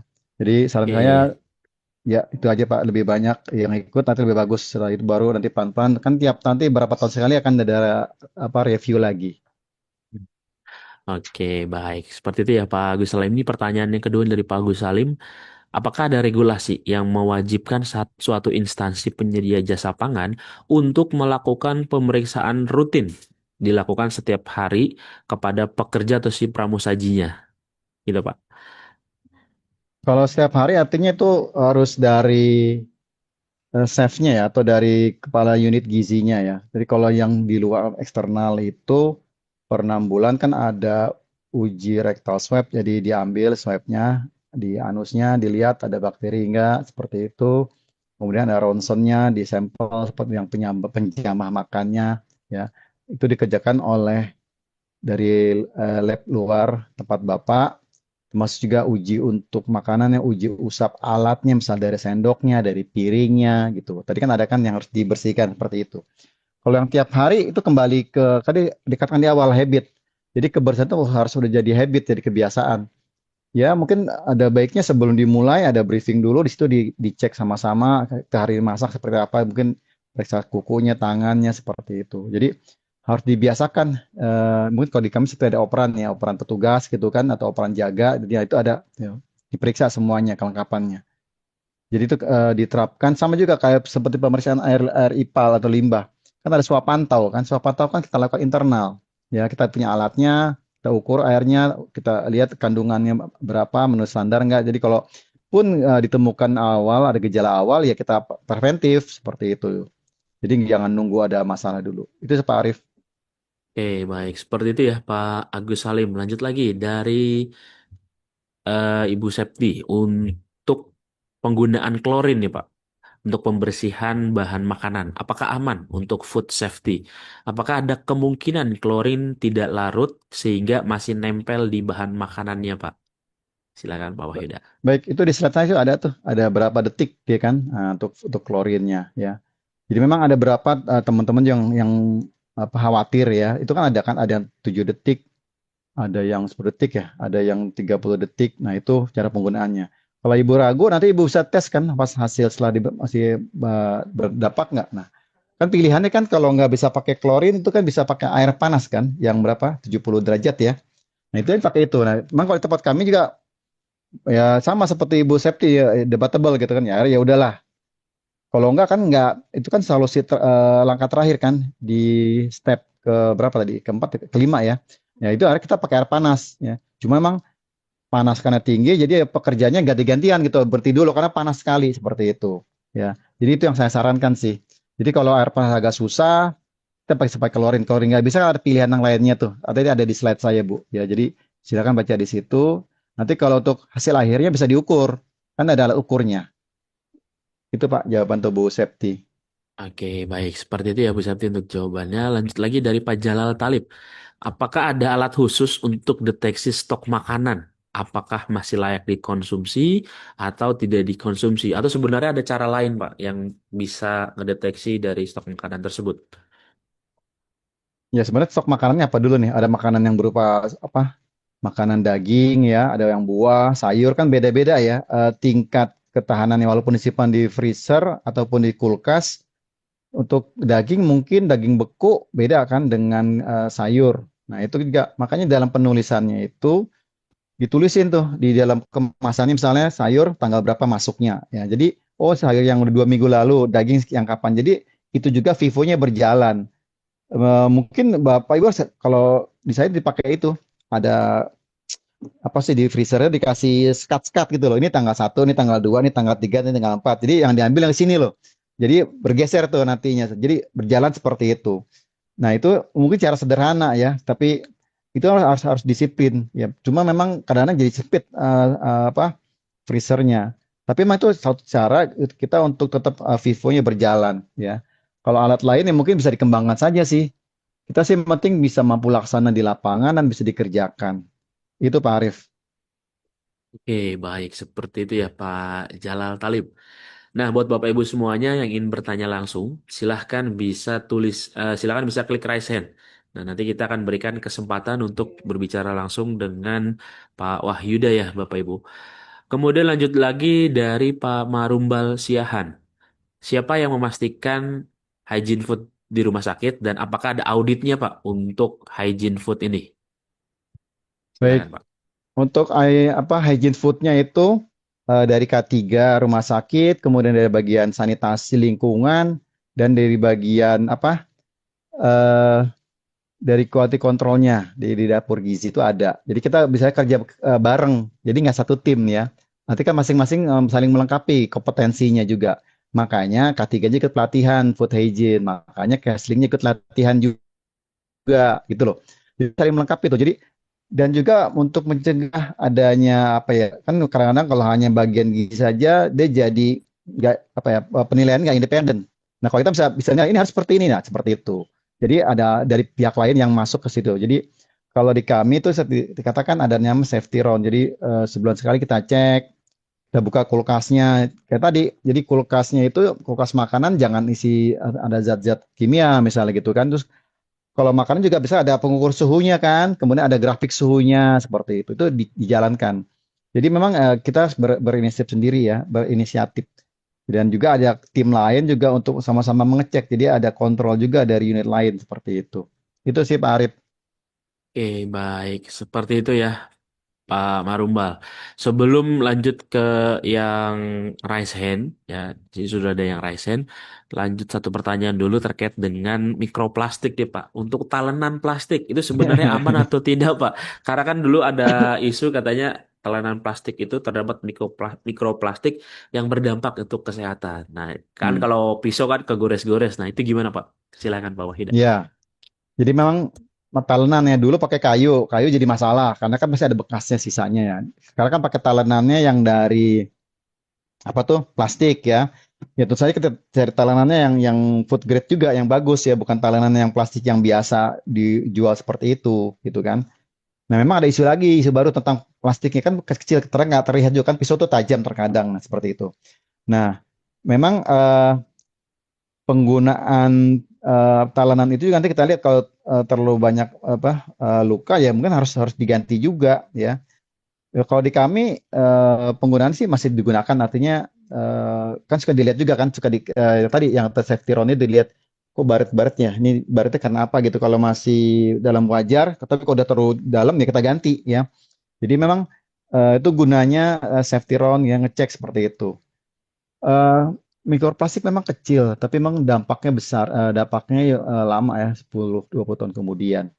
Jadi memang saya belum menemukan penggantinya sih ya, karena kalau kayu ya itu bisa tumbuh jamur, bakteri karena kayu. Kayu kan dia tuh walaupun bisa dibersihkan ya teman-teman seperti itu. Jadi meskipun dalam jumlahnya kecil, mungkin kalau ada alat yang lain ya, mungkin dengan alat potong tanpa talenan bisa nggak? Misalnya ada alat potong khusus ya, seperti potong daging dengan alat khusus. Nah, itu bisa ya seperti itu. Artinya penggunaan talenannya dikurangin yang plastik ya. Ada kok ya jadi alat daging kalau di tempat kami itu ada potong khusus jadi rapih tuh. Kayak potong apa gergaji Pak, seret gitu, seret ya, udah rapih dia. Jadi dia nggak ada bekasnya. Ya, jadi mengurangi. Tapi itu juga berbahaya juga karena kalau dia nggak hati-hati tuh hati-hati tangannya bisa kena kepotong gitu karena dia alat potong seperti itu. Jadi emang harus itu kembali ke kontrol kita ya karena memang nggak bisa zero banget ya tapi kita minimal mengurangi sambil kita monitor lagi. Itu sih Pak. Oke, baik. Seperti itu ya, Pak. Untuk jawabannya, Pak. Siapa tadi? Ya. Oke, lanjut lagi. Oh, ini Pak Naufal tadi ya, mikroplastik. Lanjut ke yang Q&A. Pak Johan, silahkan Pak Johan. Bisa di-unmute dulu, Pak Johan, untuk mic-nya. Iya, terima Ya, kasih silakan Pak. Mas. Iya, saya mau tanya ini. Ini kan saya perkenalkan diri dulu, nama saya Johan, Pak. Saya bekerja di Kesatuan Kepolisian di Kedokteran Kepolisian di Dokpol. Nah, sering kan saya ini melakukan food safety pimpinan, mulai dari Bapak Presiden, mulai dari Bapak Kapolri, Kapolda sampai jajarannya PJU. Nah, ini Pak, saya ingin menanyakan, saya ini sering melakukan food safety tapi dengan kimiawi, Pak, bukan biologis. Nah, ini kan saya bertanya, bagaimana jika kimiawinya negatif ya, tapi makanan itu terjadi efek diare dan lain-lain ke pimpinan, ke apa yang makan gitu. Karena kan kita masih belum pernah melaksanakan kegiatan food safety secara biologis. Nah itu apakah ada regulasi dan lain-lainnya, misal kayak kebersihan atau bagaimana kita juga nggak tahu karena yang masak kebanyakan kita kan pakai di hotel, di ini. Nah, ini bagaimana kalau untuk secara kimiawi kami sering melaksanakan kayak kandungan cyanida, kandungan nitritnya, kandungan formalin dan lain-lain. Nah, mungkin ada ilmu baru yang terjadi, mungkin pakai apa untuk mendeteksi biologis bakteri lah, lebih ke bakteri kan biologisnya seperti itu. Baik, makasih Pak Johans. Jadi memang kalau dari kepolisian ataupun sekarang lagi rame ya tentang makan bergizi gratis ya. Itu kan banyak juga ya isu yang beredar karena proses pengolahan makanannya yang nggak higienis seperti itu. Memang kimiawi cepat, karena kan tujuannya kalau kepolisian tuh cepat ya. Saya juga dulu waktu di kampus juga sama tuh ada pejabat. Karena dia ngejar cepatnya kan, dimasukin cairan dilihat kan kemarnanya. Oh berubah, karena dia ngejar cepatnya. Nah, untuk kimia memang tercapai ya dengan zat kimia seperti itu. Nah, untuk yang lainnya untuk biologi kan butuh proses ya Pak. Seperti ini contohnya. Makanan yang akan dimakan jam 9 pagi misalnya, itu biasa kan dimasaknya kan sebelumnya, jauh sebelumnya. Mungkin Hmm. bisa jam 8 malam ataupun jam 9 malam, jam sebelumnya kan, kalau jam 9 pagi. Artinya ada proses lama. Tadi kan dikatakan, misalnya gini ada masak telur, telur apa, telur balado. Telur balado kan direbus dulu, ya direbus. Kemudian di kulitnya dikupas, ya. Nah, kupas itu kan bisa dibumbuin bareng-bareng kan. Nah, bisa ditaruh tempat tertentu. Nah, penyimpanan itu juga lah bisa jadi transit tuh. Misalnya direbusnya berapa? 1 jam dari jam 9 sampai jam 10. Jam 11-nya dikupas, baru selesai jam 12 gitu kan. Kemudian bumbunya disiapkan, ya kan? Nah, itu ada jeda waktu yang kemungkinan tumbuh bakterinya bisa cepat, bisa lambat. Makanya itu untuk mengurangi tumbuhan itu kan saran saya sih kalau untuk pengontrol makanan itu bukan langsung misalnya kegiatan jam 9 datang. Jadi biasa tim advance itu lebih datang sehari sebelumnya tuh. Dia akan survei keadaan dapurnya, kemudian yang pasti legal ditanya lah, sertifikat sertifikat like safety-nya ada apa, hygiene-nya ada enggak. Kemudian kebersihan tangan pasti dicek seperti itu. Termasuk juga dibuka apa tuh lemarinya Pak. Ada nggak apa kecoa Jerman. Kecoa Jerman yang kecil tuh Pak. Nah itu beda dengan kecoa kecil, tapi itu biasanya ada di dalam makanan Pak. Ya di dalam misalnya di dalam apa kayak kubis kol dia kan ada berlapis-lapis. Nah dia bisa ngumpet seperti itu. Kebersihan itu dari situ karena dia bisa datangnya dari situ. Kemudian penyimpanan makanan antaranya itu. Jadi sebelum kata di contohnya telur itu, sebelum dimasak dibikin balado kan ditaruh dulu kan dikupas taruh dulu kan baru taruh bumbu. Butuh proses. Begitu matang, kemudian baru disajikan kan. Sajikan nunggu nunggu misalkan sajikan jam 6 udah siap ditaruh di wadah. Nah, tapi kan belum taruh di meja makan kan. Nah, itu tempat-tempat antara itulah tempat-tempat yang dimungkinkan terjadinya tumbuhnya bakteri, cemaran, makanya ditutup ya.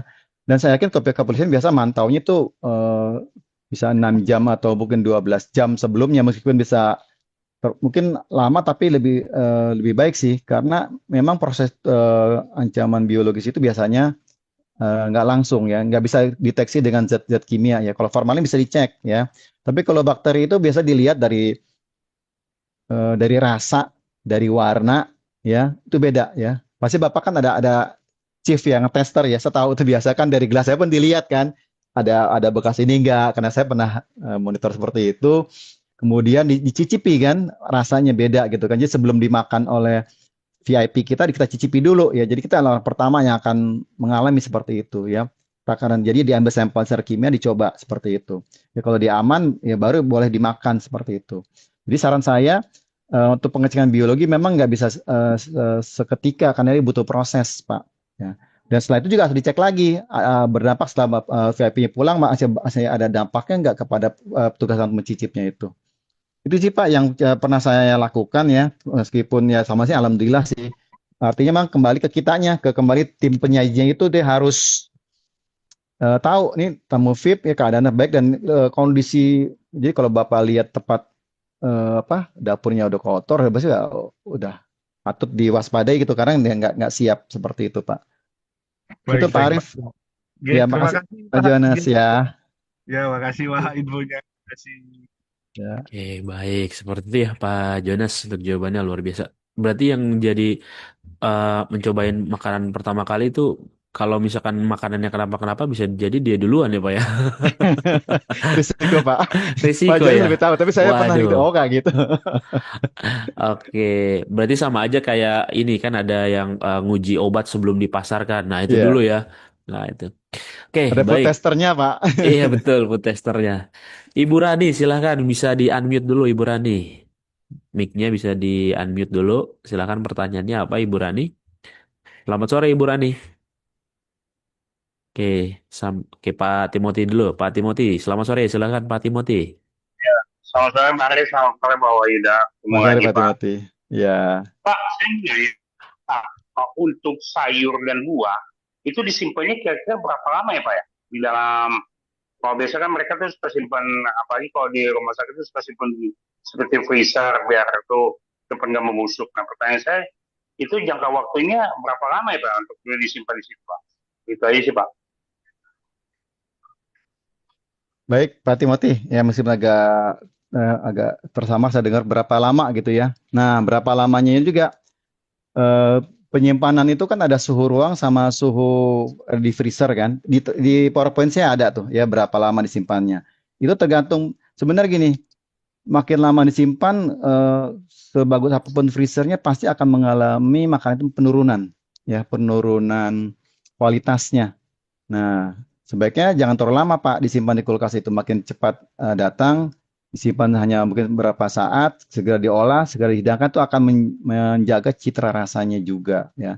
Karena makanan yang terlalu lama disimpan, misalnya Bapak makan buah gitu ya, buah segar, misalnya buah pepaya, ya Bapak potong misalnya pagi jam 6 buat dimakan siang, mungkin masih bisa.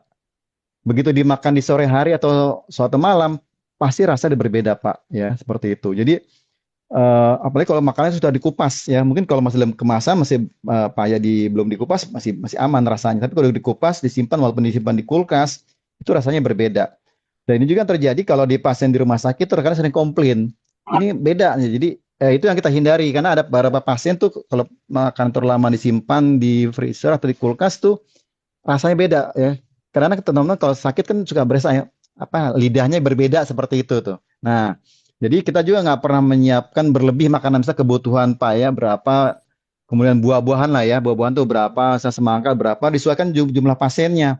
Karena begitu dikupas dia harus habis sekian waktu. Nah itu, kalau enggak tidak kami sajikan karena akan berubah ya. Makanan apapun itu punya daya batas. Jadi penyimpanan di kulkas itu tujuannya tadi ini sama dengan Pak Jonas, mengurangi dampak kerusakannya ya. Tidak bisa 100% berkurang tapi mengurangi. Misalnya cepat rusak dalam 5 jam bisa bisa bertambah 8 jam seperti itu dampaknya. Jadi jadi melambatkan pertumbuhan bakteri bahasa seperti itu. Tapi tetap kembali kalau kami sarankan jangan terlalu lama. Makanya kalau pembelian buah sayur itu jumlahnya disesuaikan dengan pasien. Misal pasien untuk 2 hari kira-kira berapa nih, 3 hari berapa, kita udah punya rekod kan karena sering seperti itu. Nah itu disimpan. Itu sih Pak Timothy. Jadi tetap penyimpanan itu ada batasnya dan lebih baik ya disajikan sesuai dengan kebutuhannya seperti itu. Itu Pak Arief. Oke, baik. Seperti itu ya, Pak Timothy, untuk jawabannya. Oke, nah ini menyambung ke yang tadi nih, Pak, untuk yang apa food testernya dari Pak Domi bertanya, apakah ada SOP di mana petugasnya ini ada dan harus mencoba setiap makanan yang disajikan. Nah, ini SOP-nya apa, Pak? Silakan, Pak Wahida. Jadi gini, kan kalau untuk VIP kan dia nggak semua makan nih, pasti makanannya tertentu dan itu pasti dipisah. Dan chefnya juga khusus, alat juga khusus ya. Jadi yang saya alami gitu, di tempat saya itu, jadi dia nggak yang udah ada pegangan sendiri chefnya gitu. Kan dia tahu yang masak beda nih beda seperti itu. Dan itu diawasi sejak dari pengolahan.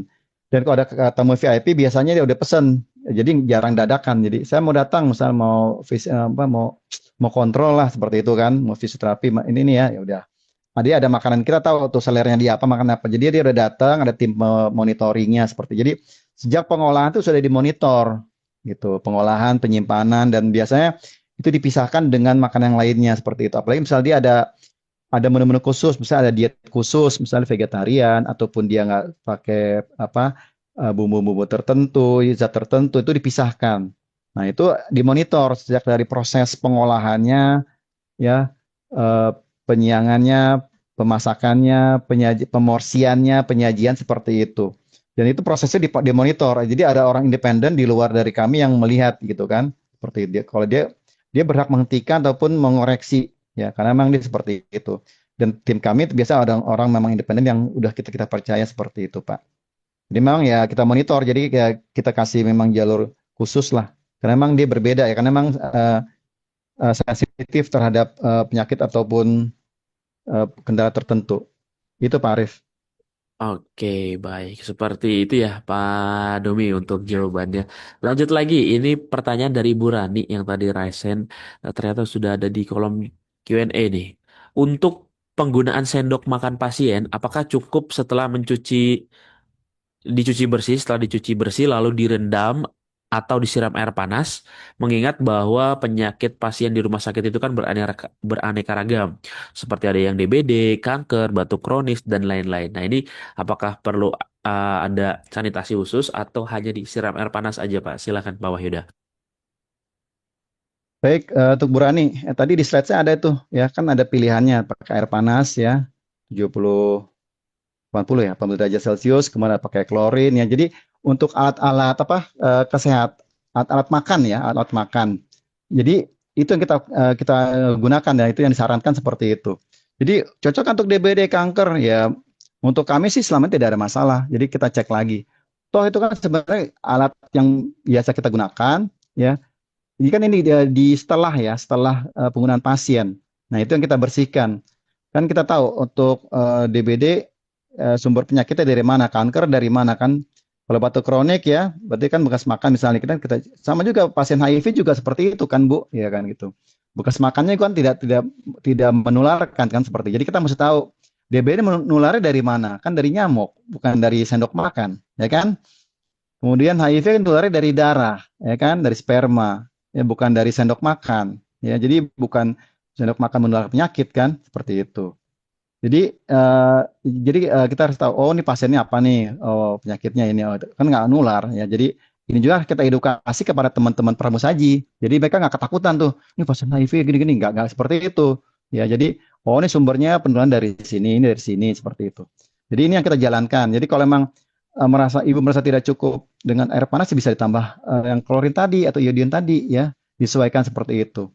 Saya rasa cukup kok selama ini yang kita lakukan seperti itu. Artinya sudah kembali tempat makannya yang seperti biasa. Baik, Pak Arief itu. Oke, baik seperti itu ya Ibu Rani untuk jawabannya. Nah, buat Bapak Ibu yang ingin bertanya langsung juga boleh ya, silakan klik raise hand. Kita lanjut dulu di kolom Q&A. Di sini ada Pak Krisna bertanya nih terkait dengan vendor catering nih Pak. Apakah vendor catering ini ada pembagian kategorinya, misalkan kategori rendah, menengah, ataupun tinggi, atau semuanya sama kategorinya dan risikonya? Nah, itu gimana Pak? Karena kan mereka penyedia makanan nih Pak untuk vendor catering. Baik, untuk vendor catering, kalau memang perusahaan Bapak menerima makan dari luar, ya, minta pertama sertifikatnya, kemudian staf ahlinya siapa saja, kemudian yang udah pelatihan pramusa food safety-nya siapa, seperti itu tuh ada datanya kan, nah, kita minta. Kemudian Bapak nanti lihat di tempat pengolahannya benar nggak gitu. Kadang-kadang sertifikatnya ada, tempatnya mungkin nggak sesuai. Jadi silakan Bapak nanti monitor di tempatnya, ya. Petugas ahli gizi ada nggak? Jangan-jangan ahli gizi hanya bajakan nih tempat lain gitu. Jadi yang benar-benar karyawan yang bekerja di situ, bukan hanya ada pada saat waktu disurvei seperti itu. Termasuk juga tempat misalnya alat potongnya, alat potong harus pisah, ya.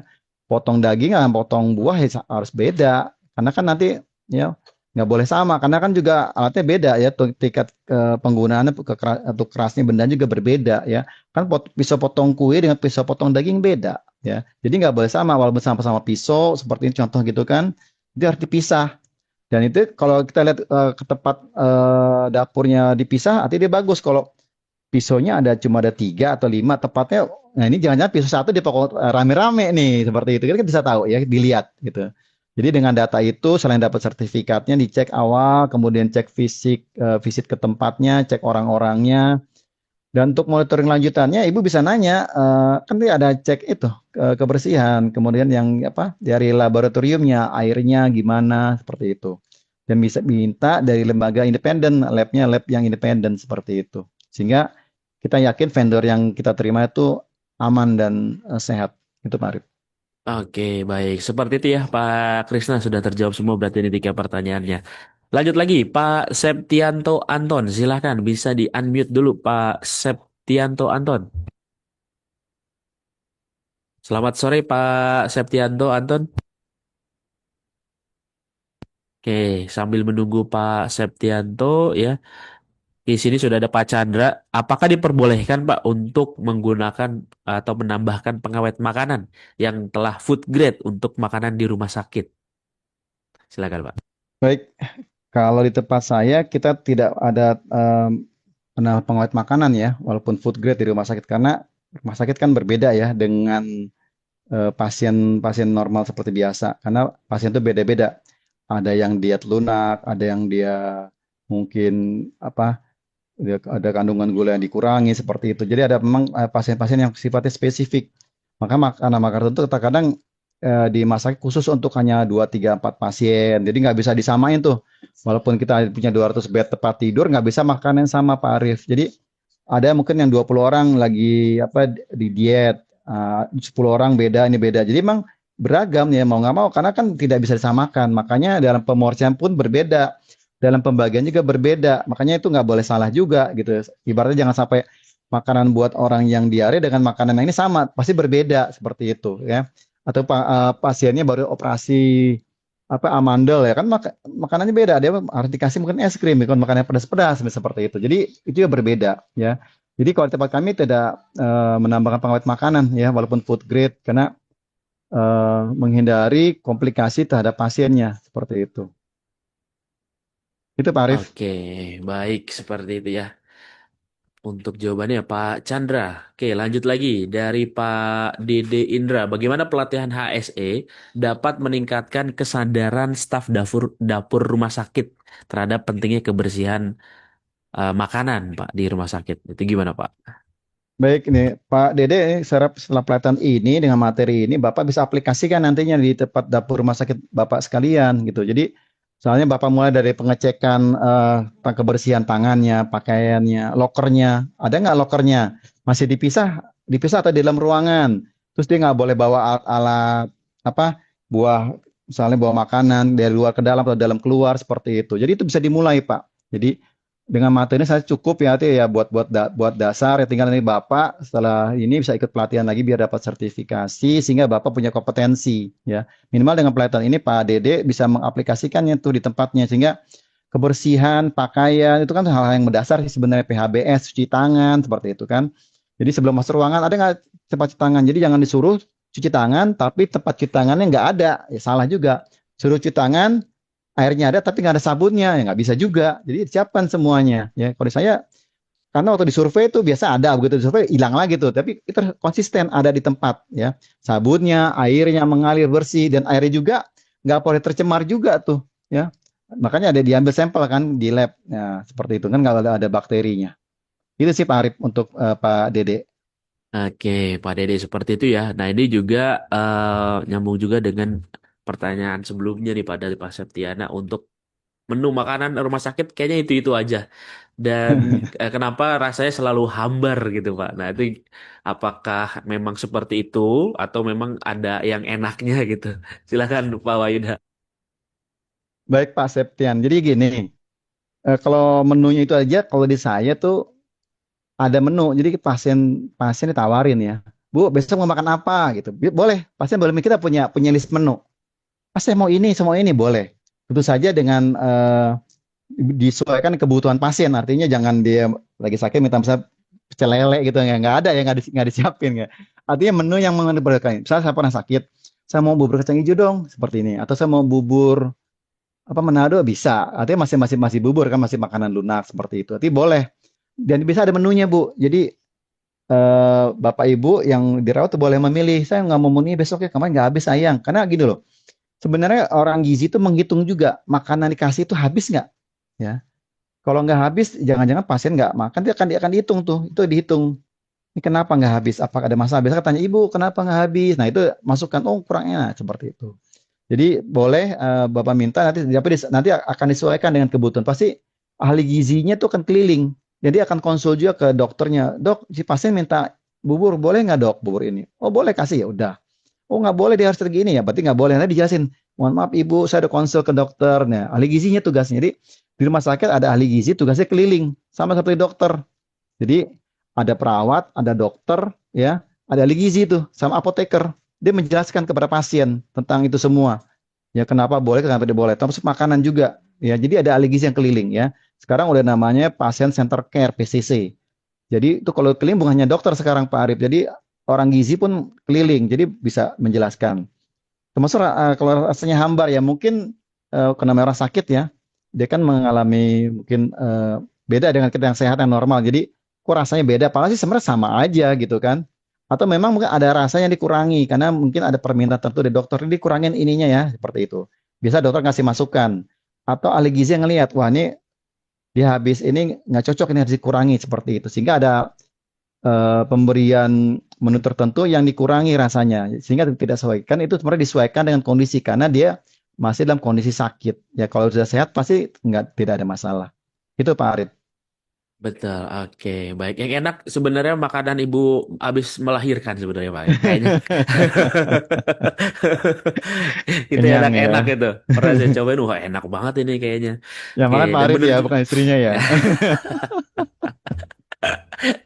Nah, ini juga saya pernah Pak lagi sakit waktu itu lagi DBD ketahuan saya beli pecel lele. Bener, ada yang muter ya kan. Akhirnya saya nggak enak jadi ya udah deh saya stop, saya nggak makan lagi itu pecel lele gitu kan. Tapi memang ya lidah kita kan kepengennya makan yang enak-enak, ada sambelnya segala macam kan. Oke, nah ini adalah dari Ibu Septian ada lagi nih. Kalau di rumah sakit di tempatnya Ibu Pak Septian itu kalau menunya boleh milih, tapi khusus VVIP. Kalau kelas 1 sampai kelas 3 pasti menunya itu-itu aja. Ya, gimana nih, Pak? Ini kembali ke kebijakan rumah sakit ya Bu Septian ya. Jadi kalau di saya sih ada kelas VIP 1, 2 ya. Saya nggak tahu kalau 3 tapi itu ada. Kan kalau saya menunya dibedain dikit. Mungkin kalau VIP bisa 10 pilihan ya kan.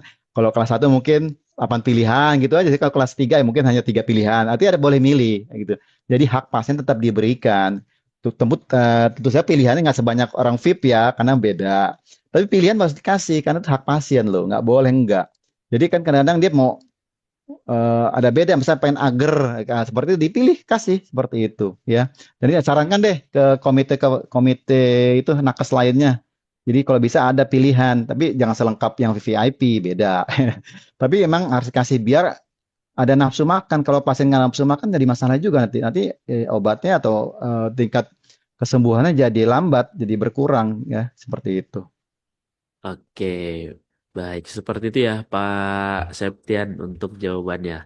Lanjut lagi Pak Sigit Sunardi. Silakan bisa di-unmute Pak Sigit. Selamat sore Pak Sigit. Pak Sigit, suaranya belum masuk Pak Sigit. Oke, sambil menunggu Pak Sigit, di sini ada Pak Mahathir Jati terkait dengan penggunaan pewarna nih Pak. Nah, itu sebenarnya ada batasannya nggak sih Pak kalau untuk di rumah sakit Pak? Kalau rumah sakit udah nggak ada toleransi Pak, pasti nggak lolos Oh, jadi ya. emang nggak ada pewarna Masih gitu ada ya jawab kalau ya di tadi rumah sakit ya? pewarna hanya buat di luar. Jadi Ah, oke. kita nggak ada pernah ada kerupuk kan, kerupuk pasti yang diduga ada pewarna kan, bahwa ada warna kuning, warna merah, jadi nggak pernah ada. Jadi pewarna tidak boleh masuk ya. Yang sering pernah kami temukan itu formalin Pak. Ada di tahu biasanya. Tahu kan biar lebih awet ya. Jadi begitu kita bertemu, wah langsung kita stop vendor, kita ganti vendornya. Karena ada masakan tadi kan ada itu kan ada apa capcay kan? Capcay ada tahunya kan? Nah, dari Iya tahu betul. itu tuh. Jadi pengalaman saya kalau tes food itu kita nggak pernah menyajikan makanan campuran seperti itu. Capcay itu karena berisiko.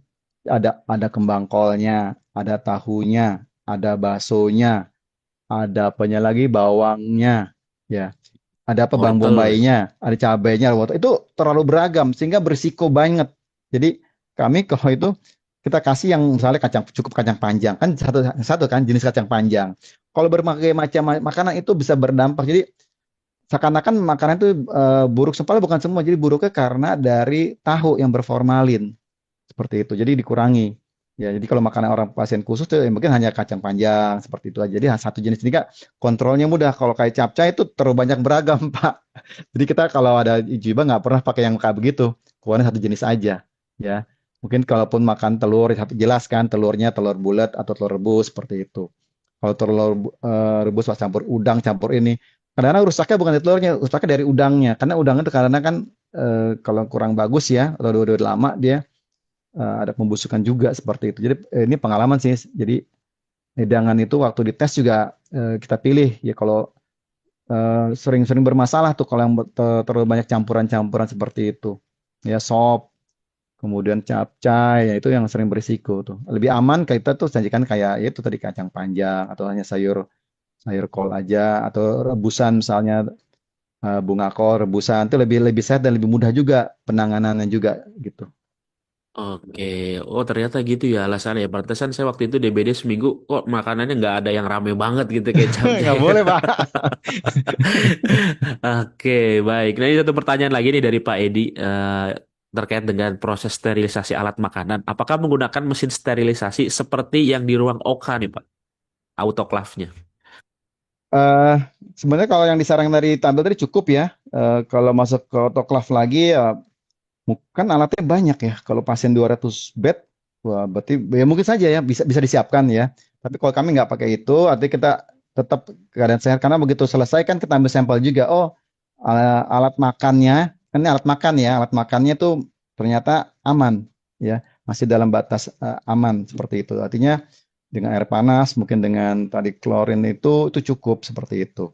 Kalau masuk dengan autoclave lagi, dia kan bukan alat yang steril juga seperti itu. Kan beda ya, alat yang harus steril sekali seperti itu. Jadi kami nggak menjalankan itu karena menurut standar kami dan udah diuji coba, karena kan alat kami juga kan per 6 bulan dites juga Pak Arief. Jadi sendok kami diambil sampelnya, air kami disampel, piring pun diambil, jadi piring tuh diambil set, diusap, dilihat gitu kan, dilihat dibawa ke laboratorium. Jadi sayurnya pun diambil, kuahnya, sambelnya diambil seperti itu. Air jadi eh, selama ini aman dan selama ini nggak ada masalah. Jadi menurut kami itu yang eh, masih tepat ya untuk tempat kami ya. Mungkin teman-teman nanti bisa dilihat di tempatnya Jadi airnya benar nggak suhunya mencapai benar nggak 7 detik. Jadi jangan hanya dicelup-celup angkat ya. Itu kan harus 7 detik katanya 7 detik itu kan 1, 2, 3 sampai 7 kan baru diangkat. Nah itu diangkat nggak seperti itu ya. Kurang lebih situ Pak Arif ya. Oke, baik. Seperti itu ya Pak Edi untuk jawabannya. Baik, Bapak Ibu semuanya, karena sudah pukul 3 sore nih ya, tak terasa untuk kita sudah sampai dengan pukul 3 sore. Dan terima kasih banyak Pak Wahyuda sudah share kembali materi yang menarik ya, menjadi wawasan baru juga untuk kita ya, yang memang kita juga pernah dan mungkin sering ke rumah sakit ya, ataupun juga dirawat. Nah, ini bisa jadi pengetahuan juga untuk kitanya. Baik, Bapak Ibu semuanya, jangan lupa mengisi absensi yang sudah diberikan di kolom chat, karena kalau sudah lewat dari webinarnya berakhir, maka absensi sudah tidak bisa diisi kembali. Sebelum kita akhiri materi kita hari ini, silahkan pada Pak Wahyuda untuk bisa memberikan closing statement untuk materi kita hari ini. Kepada Pak Wahyuda, dipersilahkan. Baik, makanan sehat untuk pasien adalah jaminan mutu dari keselamatan pasien dan kesehatan untuk kita semua. Terima kasih Pak Arif. Baik, terima kasih Pak Wahyuda. Terima kasih juga Bapak Ibu semuanya sudah hadir di webinar hari ini. Jangan lupa Bapak Ibu join ke dalam grup Telegram untuk bisa mendapatkan info cepat link registrasi webinar setiap hari Sabtu. Terima kasih banyak Pak Wahyuda. Terima kasih Ya. banyak juga Bapak Ibu semuanya sudah hadir hari ini. Semoga apa yang disampaikan Pak Wahyuda bisa bermanfaat untuk kita semuanya. Akhir kata saya mengucapkan wabillahi taufiq wal hidayah. Wassalamualaikum warahmatullahi wabarakatuh. Terima kasih Pak Terima kasih Wahyuda dan Pak Bapak Ibu Arif. semuanya. Terima kasih teman-teman.